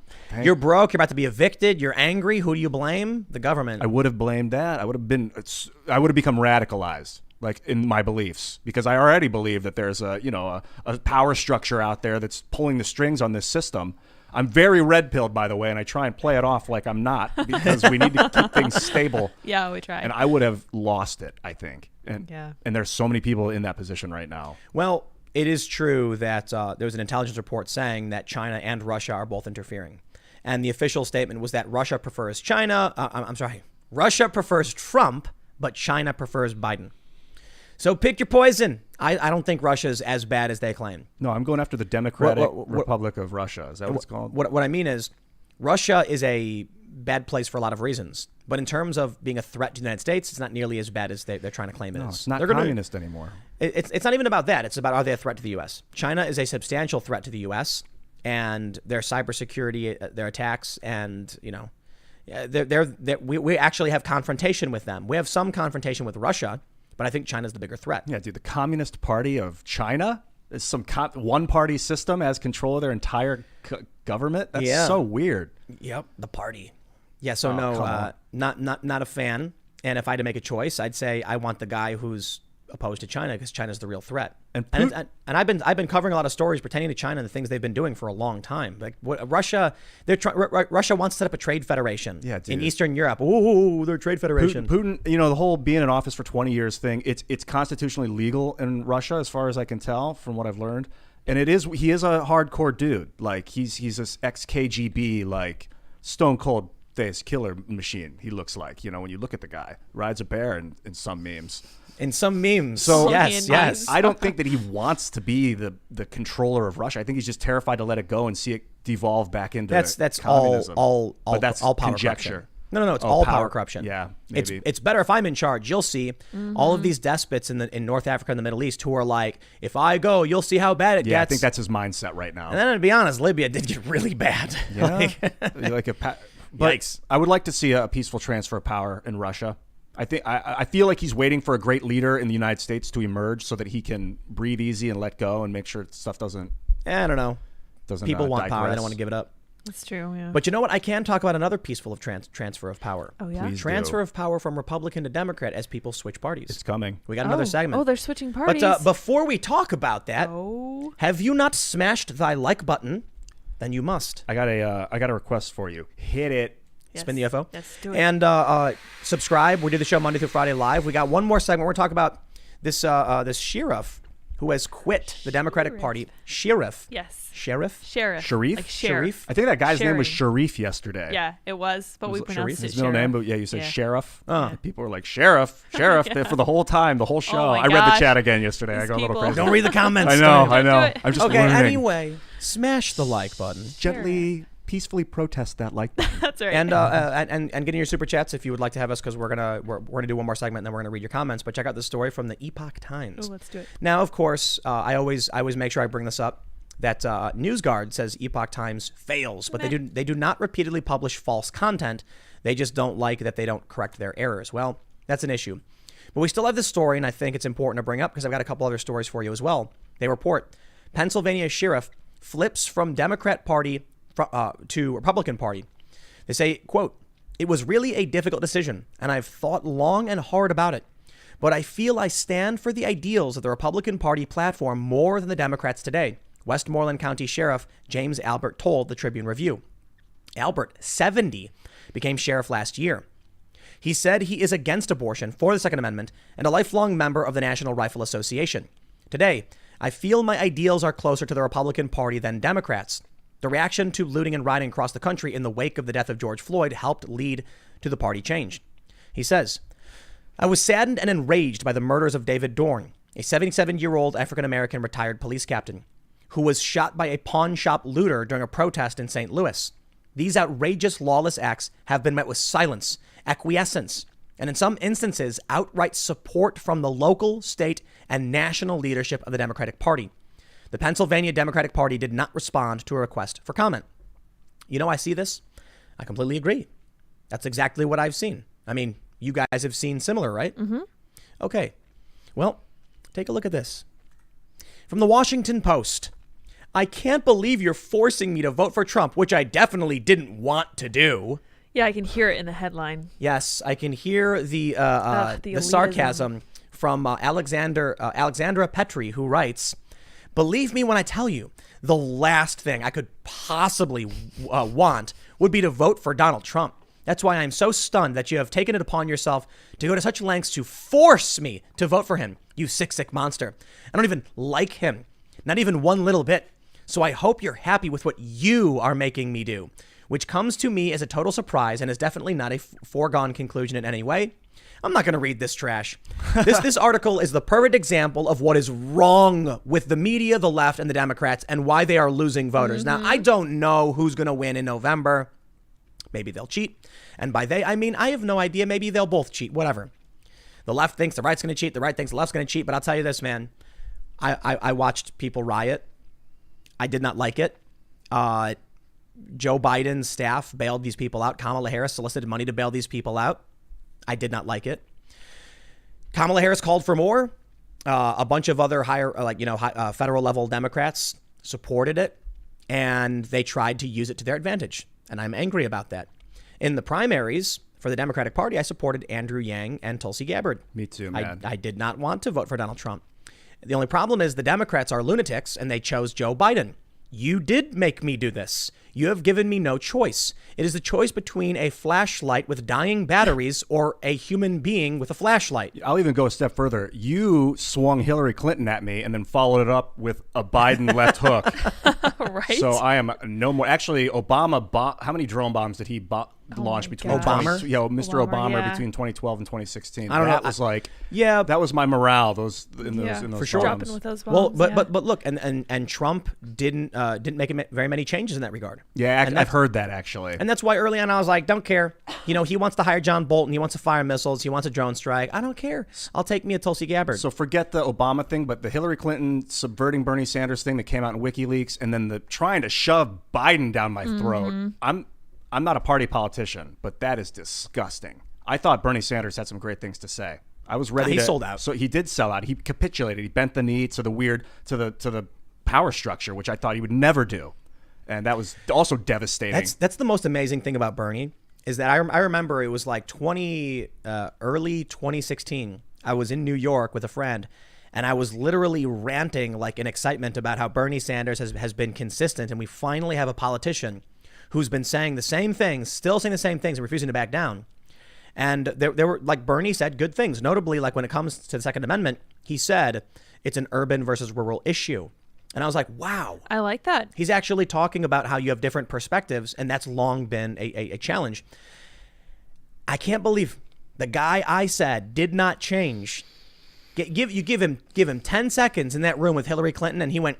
Yeah, when they pulled the trigger, basically, but when Hillary Clinton's campaign finally said no, Bernie, it's Hillary, or whatever, he had like a week to run independent, and I thought he was going to do it. I was like, just run independent, man, run independent. Someone's got to be telling him to do it. He would have won. Dude. You know what happened? There's a video. I love this conspiracy theory. At the Democratic National Convention in 2016, Bernie Sanders has a laceration on his face. Have you seen that? Oh. Negative. There's a laceration on his face. And I think he said something like he bumped into a door or something, which is possible. He's an old man. Oh Yeah. my gosh. But a bunch of people were like, no way, dude. And they're pushing this conspiracy theory that like the DNC brought him into a room, and then like some guy like puts on a glove and he's like, yo, Bernie, listen up. You're gonna bow out and give it to Hillary. Or else. And Bernie's like, I'll never back down. Boom. And he gets smacked in the face. I don't think it happened because he wouldn't have run a second time if they did that. He ran again, so he was No. Because the conspiracy theory is that they smacked him in the face, and then he was like, okay, I yield. I'll do whatever you say. I'll say whatever you want. But I don't think he would have run against this cycle if that had happened to him then. He was doing what they wanted. Dude, but the bird landed on his podium. Yeah, I remember that. Yeah, when the bird landed on That was amazing. Disney That was like some princess. Gandhi It was stuff. meant to be. So a lot of people push that conspiracy that he got punched in the face. And I think that's ridiculous. Yeah, he just ran into a door. No, I think he's an old bumbling man. And he probably bumped into That's always the something. excuse. Silly. Because I'll tell you what really happened. The DNC goons brought him in, and they were like, all right, Bernie, listen up. You're going to bow out for Hillary Clinton, and we're going to do a great book deal. You're going to make $1 million. And then Bernie goes, $1 million? I want to be a millionaire. Carrot and stick. Yes. I love Carrot it. and no, there was no stick. It was quite literally, hey, Bernie, how about we make you a millionaire and you do a book, and good for you. You buy another house. What does he have, like 4 houses? Does he have 4? I think yes. I thought he had 3. 3 houses? He might have 4 He's now. a rich I dude. check. Yeah. He's like, you want to be a millionaire? Write a book. That's what he said, right? Yeah. And then he stopped saying, he used to say millionaires and billionaires, and now he just says But billionaires. it's a good thing. That's smart too, because millionaires aren't the problem. A lot of people, there's a lot more millionaires than there were 20 years ago. Millionaires are the problem. Because of inflation. I think it's the 900 really, really high no. level people that are making money off of interest that are the problem. And somebody with $900 million isn't. Well, they're almost a billionaire. Yeah. So that 500 million. Well, 400 it depends million. on what you're doing with the money at that point. 100 million. It's not just the money Dude. amount that's the problem. It's what you're doing with it. And there's Right. greed is a problem. And that's why I think it is the millionaires and the billionaires. That's why whenever people are like, George Soros is funding all these things, and I'm like, dude, don't send me a message about this. Unless you want to send me a message about literally every single other millionaire and billionaire who's doing this exact same thing. Maybe it's just greedy people that are the problem. No, I think it's people get rich and they're idealistic and they make donations. Dude, when you have a lot of money, it's tough to not fall into that because it's so easy to just live off your money. It's not about that. It's like if how much the average person, if they make like, I think what's the median salary for the US, like 38K or something? I thought it was a little more than that. I don't know, It was whatever. like 70 or Maybe, something. No, it's like 48 maybe. Let's see. But how much can you really donate to a politician? You're going to be Barely. not $2,800. So you get somebody who's worth $10 million and they can be like, I'm going to give $2,800 to all of my favorite politicians right now. And that's way more than the average person could possibly do. Not only that, you get someone worth $50 million and they're like, I'm going to give $5 million to a super PAC to promote my candidate. I have mixed feelings about funding politicians. I don't know how you guys feel about this, but I think it was repealing Glass-Steagall that a lot of people. Glass-Steagall was banking regulations for investment versus savings and stuff. It comes from like back in the day when people would want to run around, take trains around the country and like campaign, and they wanted to fund their own campaign, and so they would pay all the bill, and it was illegal back in the day. You couldn't spend more than like a certain amount. They're like, how come because I have all this money I can't use it? That makes no sense. So they changed the law, and then all of a sudden you could fund your own campaign, and now it's just so out of control. Well, now there was the Citizens United ruling like a decade ago. Yeah, that's what I was thinking about. And so basically what happens is you get someone like Michael Bloomberg, who's a multi-billionaire, like ridiculous billions of dollars. And he's like, I'm going to take $100 million of my assets and liquefy them and give them to super PACs to put out all this anti-Trump messaging. And I hate it. Yeah, I will put billboards everywhere you look. Turn left, I'll have one there. Now, that sweet Bloomberg Green was raining down on top of me back when he was doing that ad campaign. And right now that's where it comes out. It's because they go on gross. Google and they buy ads. And so then those ads they You make pay out money to, and like, to what the heck is going on? Yeah, but I don't like the idea of any billionaire. I don't care if it's Mackenzie Bezos or George Soros. I don't care. I don't like that these people are super rich and that it would take 1,000 people to like, dude, 1,000 people with making 50 grand per year still will not be able to match up to one millionaire because that 50 grand they're paying is going towards base necessities. Yeah. So they're not even at the point where they have disposable income to just be giving out for political and ideological causes. Maybe we should have throw more money at it, Ian. Like a government stipend every year that we can donate to political campaigns. That's one of the ideas, like a voucher thing. So this voucher thing's really interesting in my opinion, right? So we've talked about like vouchers for schools. You guys know, obviously know what this is about. For those that aren't familiar, everybody pays taxes that are proportional to their income. And then you get a voucher that represents a certain amount of value for the school. And then you choose which school you want to go to and they get that voucher. So that way, rich people pay a little bit more, but still get one voucher. Poor people pay a little bit less, still get one voucher. And that guarantees equal access to schools. And then everyone can choose. So a rich kid's voucher is worth the same as a poor kid's. So the school's trying to compete for those vouchers, regardless of whether the student's rich or poor. That's an interesting idea. Meritocracy. There's another idea that we all pay taxes into a public resource fund of some sort, and then those vouchers are given out to candidates at a certain point. The problem is who gets them? I know. And sometimes I don't donate at all because I don't like any of the candidates. Because then the question becomes, if you poll at a certain number, then you get access to a percentage of vouchers. Well, then how do you get to poll that level? You get rich people to pay for ads for you. Oh, man. Yeah, right. It's really, really difficult. I don't know if there's a solution to the money in politics problem. It's not the money, it's the access. So they're buying access with their money. It's power. It's like influence is what they're buying. It's influence, really. Because like a YouTuber with 100 million followers can become president. No, maybe in Brazil there was a YouTuber, or in the Middle East or something. I was going to say, but for us right now, maybe in 4 to 8 years, it's possible. We still rely too much on the mainstream media. So now... This is mainstream media. What we're doing? YouTube, yeah. Well, technically. What I mean is, right now... I mean, yeah, it's fair to say I get I like 110 million views in the past month. And CNN on digital. CNN is like 190 or whatever. YouTube's what opens when I open my browser. Right, but many people still rely on legacy media. And that's what we're looking at. Joe Biden is the legacy candidate and Donald Trump is the internet candidate. No matter what happens, the establishment is losing power. But that means we're going to see these wingnuts on Twitter who are screeching, ban them all, are going to be the left. They're going to, that's what's happening. The Democrats are embracing it. They're absorbing that into their party. And then once the establishment media is gone, you're going to have us as the right, and the left is going to be a bunch of screeching cancel culture lunatics who want to burn everything to the ground. Why don't we just build out the center? I mean, technically, we are the center. Like you can clearly see the difference in opinion between like me or someone like Steven Crowder. You know, we agree on fundamental issues that we are a country, and then we disagree on like the traditional wedge issues of the left and the right. But what's happened is there are regular Americans who have kind of like, you know, stayed where they are, going a little left, a little right, back and forth. And then there's this weird like branch that's gone like and just like shot straight out. It's the food supply. Now the Democrats are desperate to try and, you know, build a bridge between the new psychotic algorithmic far left and regular Americans, and they can't do it.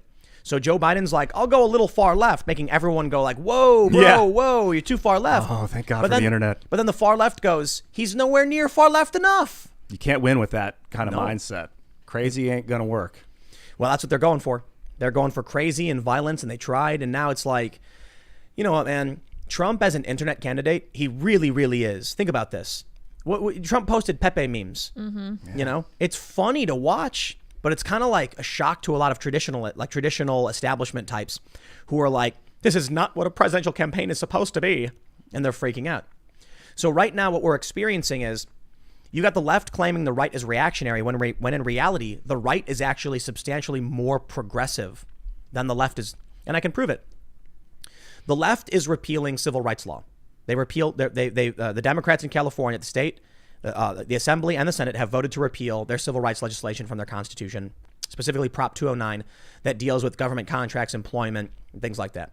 So the government will be able to discriminate based on race, meaning you'll start seeing, maybe seeing signs pop up that say like, you know, one race only, black only, white only, Latino only, Asian only, whatever. They'll be allowed to do it at government institutions. That's one thing they're doing. The other thing they're trying to do is ban offensive speech, which is quite literally what they were doing back in the early 1900s. They were trying to pressure the president to ban things that were offensive, and they've consistently tried to do these things. Free speech as we know it today is a new concept. And guess what? You have Donald Trump, who's on the internet, uses the internet, tweets like crazy. He does not represent the old traditional stodgy plastic media. He's off the cuff. He says whatever's on his mind, and it offends a lot of people. But that's what the internet is. It's authentic. You turn on a YouTube channel like this, and it's not like CNN. Not at all. You ever watch, like, you guys have seen local news? Yeah. Oh, yeah. Where it's like, I'm standing here in the street. Or in Why, Trisha. why do they use that voice? I don't know. Where does that come from? It's like they're taught to do it. It's a learned. That's so annoying. And that's what the Democrats represent right now. It is an old, so they're like, their activists are reactionary, and that means they're specifically trying to stop the progress being made. These people, they don't listen, you talk about internet voting, you realize you're talking about freedom, individuality, decentralization. These are tenets of libertarianism, that everyone online, that we can decentralize power and authority through encrypted internet networks and secure voting and secure their individual rights for all. They're banning people from social media because they don't adhere to their orthodoxy. That is not. So maybe what we're seeing is, as the internet age develops and expands, you have Bernie Sanders, who was promoted by left-wing internet, populists, and Donald Trump, right-wing internet populists, and the Democratic establishment, because they have allies in media, crushed Bernie. Yeah. The Republicans didn't. Right. So Trump wins. It looks like what we're seeing now is a fight between the left-wing populists and the right-wing populists, and that's what's going to look like in the next several elections. The far left is authoritarian, wants to shut down speech and take away rights, and the right wants people to have whatever, say what you want, do your thing. They were trying to stifle Trump in the beginning. They were pushing Jeb Bush, CNN, in the early days, and he was just so boring, and Trump was so powerful personality. Nothing could stop it. There weren't any powerful personalities up against him. Jeb. Hillary is, as much as I dislike her, she's got a powerful personality and her name recognition. Yeah, unfortunately. But the establishment tried to stop Trump, the right wing establishment in the beginning, but then they realized we want him over whoever the Democrats are going to put, so let's just go with him. Yeah, the right wing establishment is not smart if they're pushing Jeb. Yeah, That's absolute insanity. They really wanted him for about gosh. 3 weeks. No, that was it. Oh, sad. Jeb. Yeah. Jeb. Well, we got a bunch exclamation of great memes out of it, though, We which did. I'm really Please excited clap. about. Captain And Jeb, then and the electoral college map showing all Jeb 538 and him going like, yeah. Please Jeb, please clap. Please clap. Oh, no. And then Buttigieg had his please clap moment. Come on. And then everyone starts clapping. Love it. And now what do we get? Cringe. We have this really great. I have to showcase this piece of art, because I know we mentioned George Alexopoulos before, yeah. but boy is this art just so good. I so have to walk you through this. So it's at GPrime85. George Alexopoulos is one of the best comic artists right now in politics, period. The first panel is a storm and like a lightning strike, and there's a hooded figure approaching a cave. Inside the cave, there is a twisted figure wearing a muumuu, holding a stick with an old man hanging from it, and another creepy old man monster sleeping behind the evil muumuu monster. And the muumuu monster's neck is all really long, yelling, "Who dares seek power?" The next panel is Kamala Harris kneeling on a bunch of skeletons, She is the hooded showing her figure. face. She was the hooded figure. And then a smiling, elongated neck, Hillary Clinton with weird alien bug eyes. Oh, no. It's so good. It's horrible. Wait, here's the best part. In the second panel, that the stick that she's holding has Bill Clinton He's like deflated. hanging from it. Oh, my gosh. And the giant Biden behind her Oh, sleeping. no. It is just amazing. The reason I love his art is because he says so much in know. just like, these colors. beautiful Yeah. images. There's Kamala Harris. an No, I incredible love story the there. smiling Hillary with like creepy bugged out black eyes. And her neck is all stretched out. she's so happy it's Kamala. Oh, my gosh. Dude, wow. Okay, how about we go to Super Chats? All right. I like We got a Super Chat from Do it. Michelle DeReese. You are correct, stating the guy in Milwaukee was arrested to defuse protesting MPD, had their ability to use tear gas taken away in July. They don't carry tasers. MPD chief was demoted for use of tear gas, pepper spray during riots. It's a mess here. There you go. You know what, man? I said it was going to happen, and it started happening. They're going to come to your house. Now, does it mean literally everyone's house? No. But I'll tell you what. Here's what I explain to people. Let me ask you a question, Ian. If you could buy a lottery ticket right now for $1 and you had to guess all the numbers like Powerball. But if you won, they chopped off your leg. Would you buy that ticket? Well, what would I get if I lost? No, you lose. No, probably not. But if you win, they chop your leg off. Oh, they would chop my leg off. No. Yeah. You buy a No ticket. way. No. And then if the numbers come up, they just chop your leg off. Well, And if you lose, you lose. so if I win, my leg gets chopped Yeah, off. that's the prize. No. Yeah. No, I'm not going to buy that ticket, Tim. way.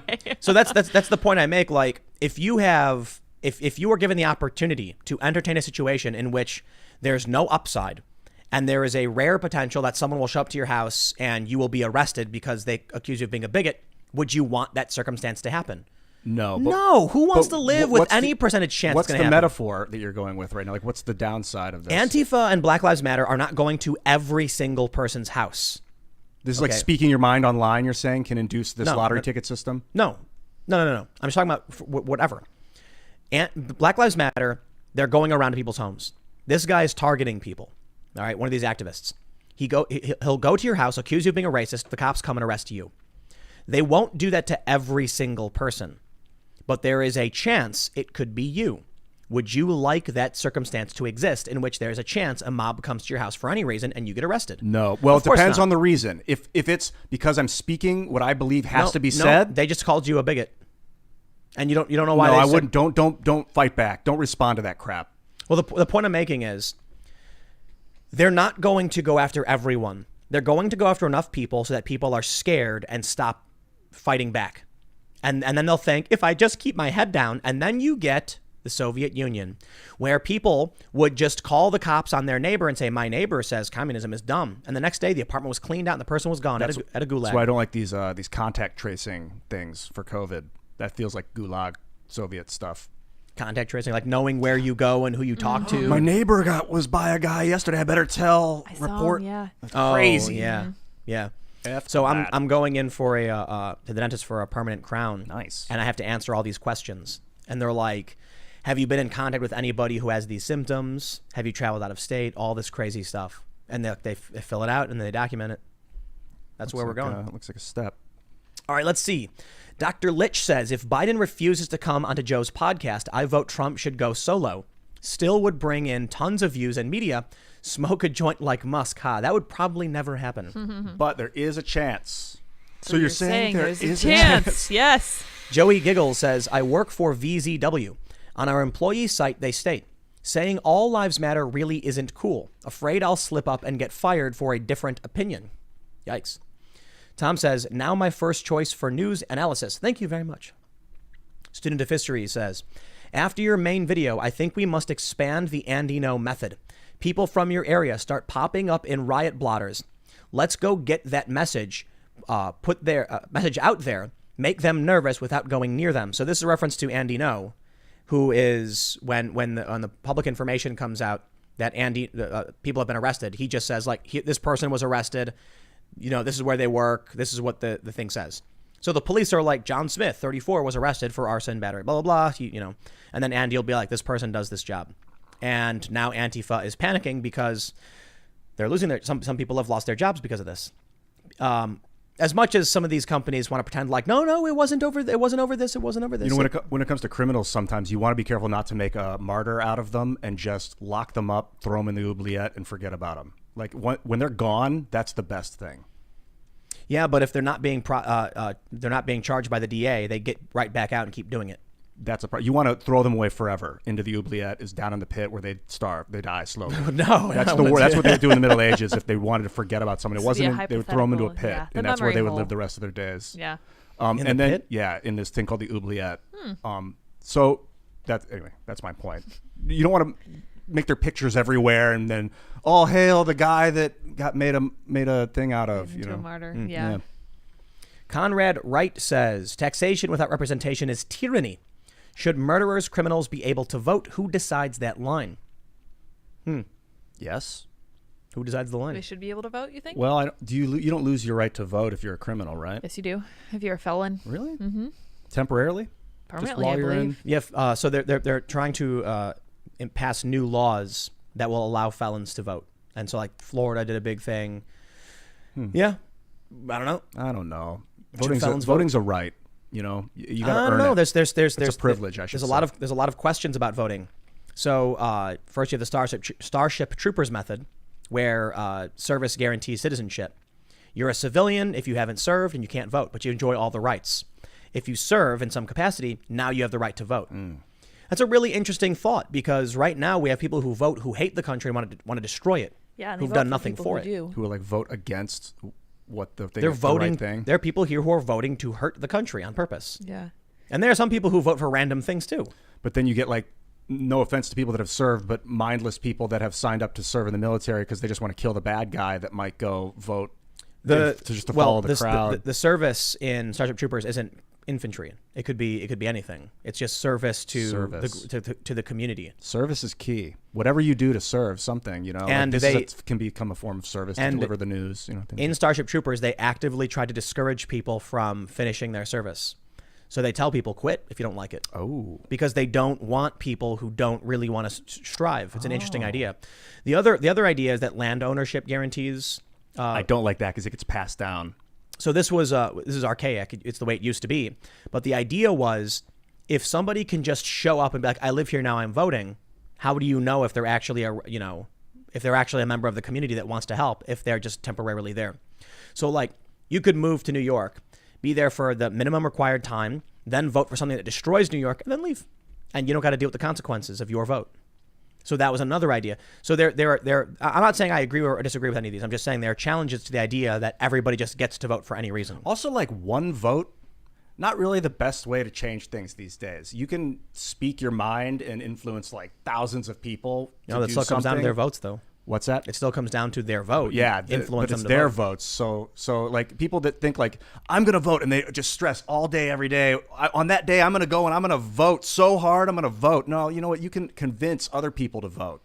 That's way more powerful. But it still comes down to the fact that you've gotten all these people to use the vote. Without the vote, the function of the vote is quality. But influence can be more powerful than voting. Because if you can influence millions of people to completely disregard or hate the country, then they'll destroy it to create a new voting system. Even without voting, they'll go around with Molotov cocktails, or like do we're whatever. seeing with Antifa. Or to influence them to create a new voting system. Yeah, like influence is the currency. Yeah. So Many Chickens says, hey guys, I live north of Milwaukee. It's dangerous and deeply segregated. The police pander to the mob because they know how bad it would get if protests started en masse up here. Stay safe, everyone. Appreciate it. Love you. William Kelly says, the infernal revolution with peaceful kumbaya cocktails. That's Indeed. right. Yes. Hostile Bogey Inbound says, ammo is getting hard to find. War is the only thing I was ever good at. I want to be called off the bench. I mean, if you know war, then you probably know what you're getting into, but I think 99.9% of people are going to cry nonstop all day, every day when they realize what war really is. Yeah, because like we as Americans haven't had to face like a modern war. We've been the aggressor, the attacker with the superior tech every time so far. But if we were up against someone with orbitable strike potential that doesn't matter where you live in the country, they could just fry every building in every little town. You know, that's what we're up against in the future. So I don't think war is the key. I think future war is going to be just like, at a certain point, someone's going to have a button that just blows the planet up. Yeah, except for their area. They'll have a dome around, No. or they'll have tunnels. They'll be No. underground. Like, I think we already have the nuclear bomb capabilities to just annihilate the entire planet. At least the surface. Yeah, of course. That's what I mean. Like, they could press a button and just like microwave the whole planet. Something like that. I think our capabilities are probably... Dude, I fear horrifying. Orbitable attack. Orbitable? Rods from God. Orbital There we attack. go. Yeah, rods from God. Yeah. Tungsten. That was the G.I. Joe movie, right? Where all of London gets blown up because the satellite releases one gigantic tungsten rod and it just slams in to London, and the whole city just goes, wow. The Putin was saying that people have been so obsessed with intercontinental ballistic defense systems, but now the Russians have a system that just bypasses. We don't need ICBMs anymore. They do it from orbit now. So we can't. He's like, the U.S. can't prevent our attacks. So all this stuff that they've been doing is we can prevent stuff from orbit. Wasted time. Well, he was saying the problem is we've tried. We had the Strategic Defense Initiative to stop incoming ICBMs and stuff, but Dr. Manhattan said it best. If he can stop 999,999 and one gets through, it could, a multiple independently targeted reentry vehicle could slam the eastern seaboard and kill tens of millions of people. Also, all the unknown submarines that have nuclear weapons on board. Yeah. They're probably all over the coast right now. Chinese submarines up and down the coast. Not even that. I mean, aren't we well beyond submarines? They could, like, I get it. They can be underwater, but there's probably way more advanced technology we don't know about. Like, it's, to me, it's crazy to think that when we see the commercials for, like, the Navy, that's the epitome of our, like, the peak of our militaristic prowess. Like, we've been just sitting around being like, yes, everything we've all known about for decades is all we've got. No way, man. No, they got crazy stuff. You know what I bet they have? I bet they have, like, wrist lasers that they claim can turn you into a snake, but what they're really doing is vaporizing you and then releasing a snake from a leg holster. Yeah, that sounds That's a Rick and Morty reference. It's a Rick and Morty reference. And it's the nano drones that I fear, too, that can fly into your ears. All right, let's see what we got. Nashoba Losa says, Tim, please read the BLM goals to your guest. Since he doesn't read about this stuff but wants to have an opinion, he needs to be educated. These groups, antics, and BLM are seditionist. Well, there you go. So one of the goals is disrupting the family and defunding and another is defunding the police. These are their attack goals. And then they have mission statement. And then they have wants, which is like economic stability, I don't know equality. What that means. I tried to read their website. They had like 5 wants. They want economic equality. At least that was one of them that I thought maybe we can get there. Garbled nonsense. Mm-hmm. Dalamar says, live streaming the DC Siege Thursday till Sunday. Find me on Twitch, Dalamar 2020. Uncensored with real-time commentary of the craziness. Thanks for being my go-to lefty LOL. Love the candidate interviews. Good job. I think it's funny that it's like the right calls me left, the left calls me right. Perfect. Because you're right in the middle. Mm-hmm. Aaron Cowell says, you literally have a city named after a Roman dictator. It was very common to a point. Cincinnati. Wow. Oh, I didn't know that. Yeah. Interesting. I didn't know that either. Johan Oldman says the original meaning of dictator was a Roman leader given temporary emergency powers for 6 months. Interesting. They could dictate. Bombchew says emergency powers are never a good idea and are never given back. Just ask Palpatine what he did with signers the petition of 2000 after the end of the Clone Wars. He executed Order 66. Johan 50. Well, that was was that after the Clone Wars? I'm not big enough for Star Wars. Was that what started the Clone Wars? I think so. No. That was well after. That was episode 2 that he executed. No, that was 3. Revenge of the Sith. That was the beginning end of 3. I think that was the end again. of the Clone Wars. Yeah, Order 66. Johan 53100 says, Tim Michigander here. Do a quick search on how many times the recall Whitmer petition has been killed on Ballotopedia. Last I checked, we're up to 11 attempts. Side note, a judge also said inalienable rights aren't inalienable. Amazing. Welcome to America. Superman, if he wasn't scared of Green Rock, says, there isn't any shame in being weak. The shame is in staying weak. What is it? Fugoleon Vermilion from Black Clover. I think you can apply the same principle to everybody who's been seeing and encouraging the violence. I blame them on a moral level. Interesting. Virus Nation Gaming says, yo, Tim, just got here. Love to see the live show. Spin the cat. I don't have a kitty. Oh, he's not There's here. no cat. Drank my water and bolted. He ran away. Smart cat. Filled up. JCAC552 says, this is a great cast. I like the back and forth. Appreciate it. Good. Well, Yeah, we'll be doing more. So we're actually going to be moving to the new space soon. Yeah. So excited. The internet is really weak, but potentially strong enough. Yeah. And so 20 megabytes up, 200 down. And that's really bad. Yeah, because right now we're on like high fiber. Yeah, we're on super gigabit. But it might be worth the risk. I think it works. I think 20 works because you only use about 2.8 to 3 megabits for high definition broadcast. We're not doing 4K or anything. Here we go. Daniel Welch says, did you see Judge Gleason's claim AG Barr is pressuring DOJ to drop Flynn case despite all exculpatory evidence? Courts can't be prosecutor. Court circuit politicized. Please get Sidney Powell on show. I haven't been following it all that much, but I've been tracking the stuff that's going on with the subpoenas. So what do they do? They just announced that they're going to be subpoenaing people in Obamagate. Yeah, a whole list of people. Yeah, there's do you know the Mueller team, like 31 phones or whatever got wiped before they gave to the DOJ? On accident. Like whoops. When did that? What day? Like what month? Just like periodically, like throughout the past. No, I didn't know that. Yeah. The phones were supposed to be turned over as evidence.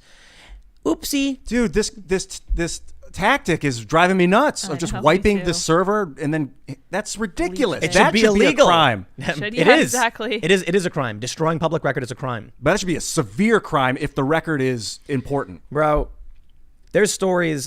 There are stories of like dudes who stole a bag of chips who get more jail time than these federal agents who wipe data and cover up crimes. You know why? Because the political class, they begrudgingly enforce these laws. They're like, okay, we got a subpoena for an FBI agent, but I don't want him to subpoena me. Hey, buddy, wipe your phone. I'll take care of you. Nobody's going to get in trouble. There's not going to be a perp walk. So Obama's not going to corrupt. get in trouble. It's not going to happen. No, listen, fool me once, shame. What is it? Fool me once, shame on you. Fool me twice, shame on me. Yeah. We had Russiagate. I said, maybe there's something here with this Russiagate stuff. Nothing. Now everyone's going, oh, but the Durham thing, it's going to get all the Obamagate people. No, it isn't. These people are going to get away with everything they did and everything we know we did, and that's it. And the left can say the same thing about Trump. I don't care. It's just never going to happen. Trump's not going to get arrested when he leaves office. It's not going to happen. What That's angered me is insane. the PRISM stuff where Clapper lied to Congress under oath. Yeah, so that they of had no course. idea. That defies party logic. That's just like, what a betrayal. Because we have no group of people in this country who will ever hold these people to account. So I'm not surprised when I see these people saying revolution, nothing less. I think it's insane that they want to destroy everything because they're upset, Yeah, I'm thinking about the French Revolution because they went too far. Like, We don't want a revolution. No. We don't want violence. We just want politicians who actually start standing up, and I think we're moving in that direction. I think Trump is the bull stomping through the ivory tower. Yeah. And I think thanks to the internet, as we move forward, we're going to get rid of a lot of these corrupt individuals. We'll I agree see. with you, dude. We'll see, man. We'll see. Jonathan Hernandez says, Tim, Black Lives Matter and Antifa are one and the same. It can't be. Is that true? It is true. Take off the mask. and It's put on the mostly mask. it's mostly true. It's like, two Venn diagram spheres, but they're like just slightly not overlapping. It's 97% true. Yeah. Jeffrey Schwartz says, I find it so hard to not see it getting worse. I have spoken to people who have said, if Black Lives Matter comes and burns down my parents' house, I will just have to learn to live with it. How do you talk to those people? That's insane. You know what really annoyed me? I was watching a video about people in, I think it was in Minneapolis, about how their businesses were destroyed. And there were people saying, maybe it was Lancaster. I think it was Lancaster. Yeah. They were like, we're upset that they were burning things down and smashing Lancaster. Lancaster. There we Lancaster. go. Yeah. They were like, it was like an elderly couple saying like, we're upset that they were smashing things and burning things down, but we support the movement 100%. I'm like, shut up. Stop supporting these people. You do not get to go on TV and say the rioting is bad, but the rioters are good. How does that even what? work? We Doesn't need more make sense. specifics about why they're doing it. Because they're insane people doing things for insane reasons. But the final goal, some sort of like equality effort, like let's focus on that. Yeah, that's not what they want. They're No. lying. Lying The about everything. rioters are bored and they're LARPing. I'm going to put on my medical kit and be a medic today. I'm gonna put on my medical kit later. And I'm then playing 7 Days to Die. Did you see the video where they were like, he needs a tourniquet? Some dude in Portland got hit in the leg with like a rubber bullet. Grazed. And he had a superficial graze on his leg that was bleeding. And they were like, we need to apply a tourniquet. And he's crying, but I don't want to lose my Yeah, leg. I saw that. And they're like, my but we don't want you to gosh. bleed out. It's like, dude, not he got an bleeding. abrasion. It's an abrasion on his skin. He's bleeding. It's not a femoral leak. He's not spraying blood in everyone's face like Kill Bill. I was like, no, don't do it. Don't tourniquet me. Yeah, Oh my and they did it. They Oh, put a did he lose his leg? No, I don't think so. He probably took it off right away because they're LARPing, dude. I know. Putting a tourniquet on somebody because of a plastic round. And you know what they're doing now? They're screaming baton rounds. Oh, these that? people are so dumb. Baton rounds are thick plastic bullets. They're huge. Well, I say huge relative to other less lethals. These cops aren't using baton rounds. It fires a plastic baton at you. A small like chunk of plastic hits you. What they're firing are these expanding foam rounds. They're foam. They hit you. You bruise. That's about it. In SoCal, I think they use bean bags because I've seen them, and it's a little bag full of beans, and it hits you. But they can take your eye out or something, so they moved to foam. So different reasons they use them. But a bean bag, when it hits you, it instantly deforms because it's a bag full of beans, and it will spread out the force, and it will hurt. And if they hit you in the abdomen with it, it can seriously injure you because you can get like internal bleeding and stuff. But for the most part, they're going around screaming like the cops are like, I remember when at Portland, they were like, the police are going to use live ammo on us. Dude. And then Ted Wheeler was like, I'm here to address rumors. People are concerned that live ammunition has been authorized for use on the protesters. And that was the end of the tweet. And then the next tweet was, I'm going to say that rumor is not true. So all anyone sees is the first tweet where he's like, there's a rumor that the police have been authorized for live ammunition on protesters. Right. It's just tweets so should be dumb. connected somehow. Yeah, seriously. They are, but you don't see the thread. You'll see the one tweet and have to click see the thread. So a lot of people just saw him saying that, there's a rumor. Yeah, and just these people are so dumb. Let's see.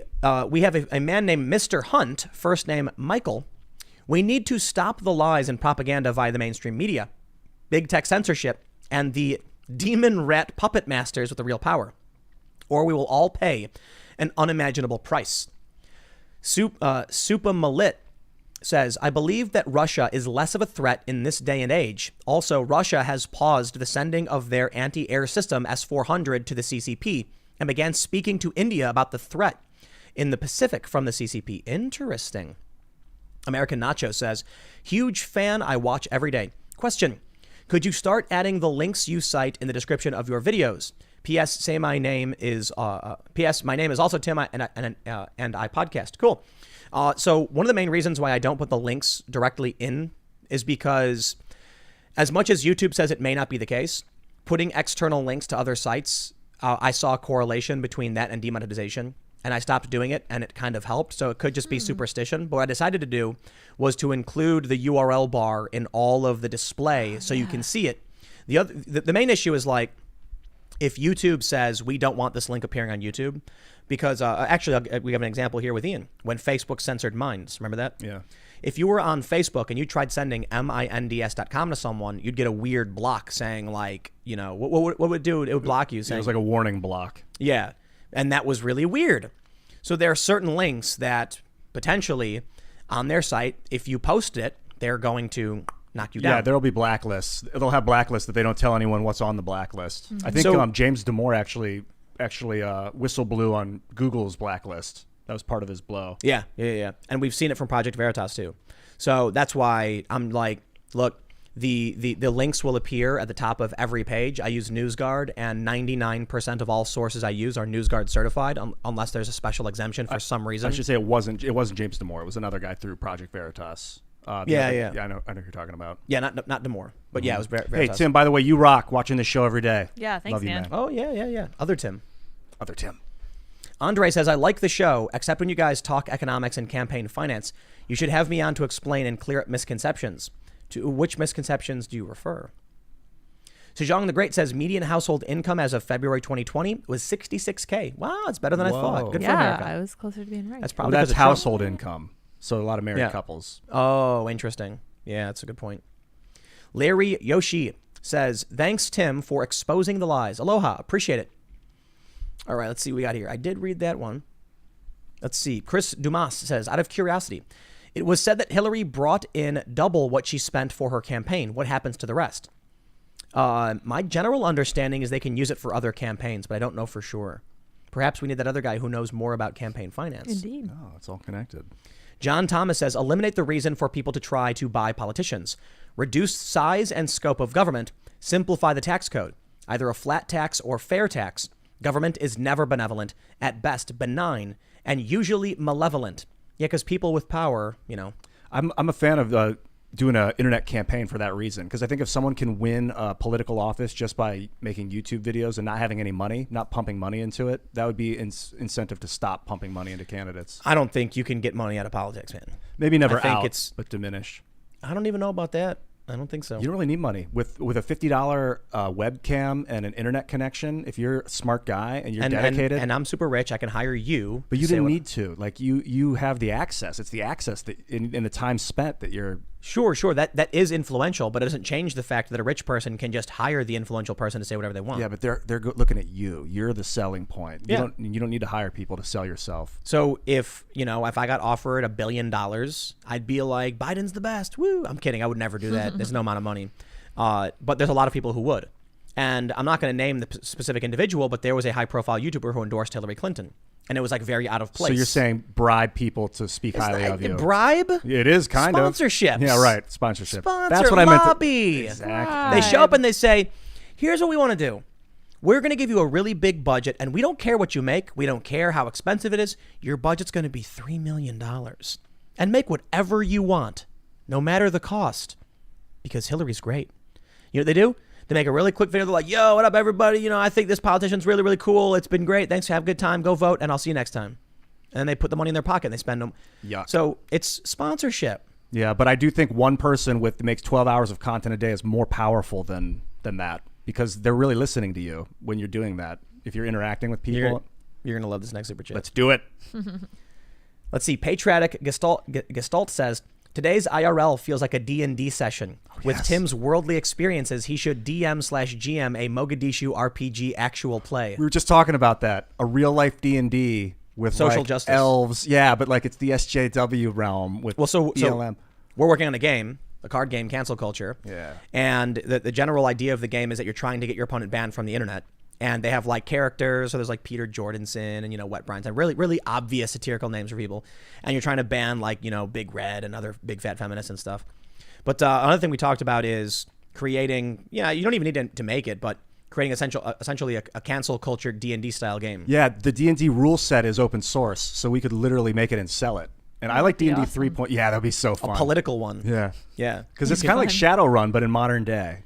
Shadowrun's like a dystopian future corporate government D&D game. Oh, it sounds like us. Yeah, but we do like more modern with the real stuff, I think. Strider says, hey, Tim, love your show. Not saying I hope that Cali, Oregon, and Washington try and secede, but I am in favor of draining the swamp. So, yeah, I hear what you're saying. Let's see. Myra Abenga says, Tim, please look up Cincinnatus from Rome. He was a farmer who took power during time of war and returned it to the public once it was over. Washington named the Society of Cincinnatus after him.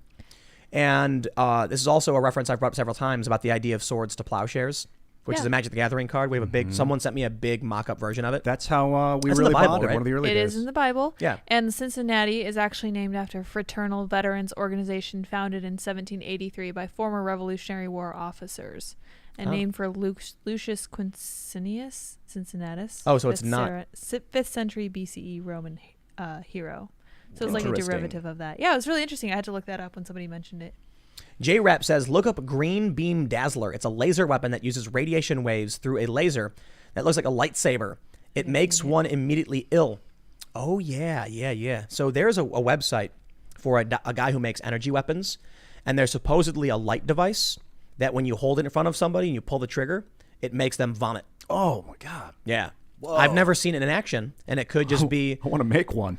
Yeah, so I gotta get that registered. It doesn't I think they're exaggerating to make you vomit. It nauseates you, and some people would vomit. There's also something called the Dazzler, which is used around the country, around the world. It's a high-powered laser, and they hold it in front of your eyes and they click it, and then it's kind of like if you looked at the sun. You know, when you look at light too long, you get spots. Yeah. You click it, and then boom, you're blind. And then like it takes a while for the light your vision to come back. Truly dazzled. I think the Jedi, maybe the future police could be more like Jedi, where they have like a light baton and they use like persuasion or like some sort of mind powers to calm you down. Or vomiting. I gotta read this one. I don't know if this is true. I'm gonna read it anyway. Oracle Techno says the Despacito song that Biden played, part of translated lyrics, quote, slowly, I want to breathe your neck slowly. Let me tell you things in your ear.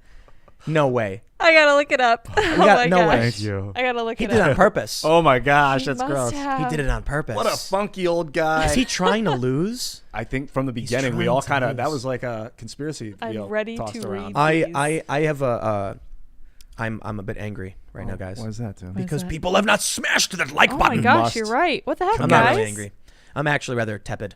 Use your thumb and devastate that button. Give a little tap to that like button. Thank you all so much for the super chats. It really does help. We do the show Monday through Friday live at 8 p.m.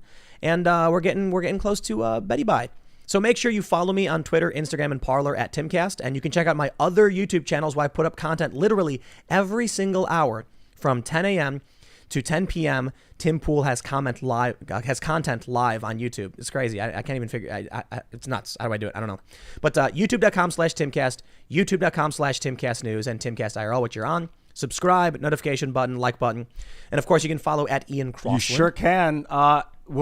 And Liddy also has something to say that's awesome. But so I should talk my thing first. Yeah, do it. You can follow me on Twitter and YouTube. I have a channel, and Twitch. Because tonight I'm going to be streaming with Adam Krigler. We're doing 7 Days to Die. Twitch.tv/Ian Crossland and --Ian Adam Krigler. I believe he's going right now. Oh, cool. I'm going to find out soon. Lydia, were you going to say something? Oh, I was going to say, whoever said that about the lyrics to Despacito is correct. That is creepy as all get out. Wow. I want to breathe in your neck slowly. Let me murmur things in your ear. Wow. Oh my gosh. Oh, Biden. I'm so creeped out. And on that note, You can follow at Sour Patch Lids, Yes. Sour Patch LYDS on Twitter and Parler.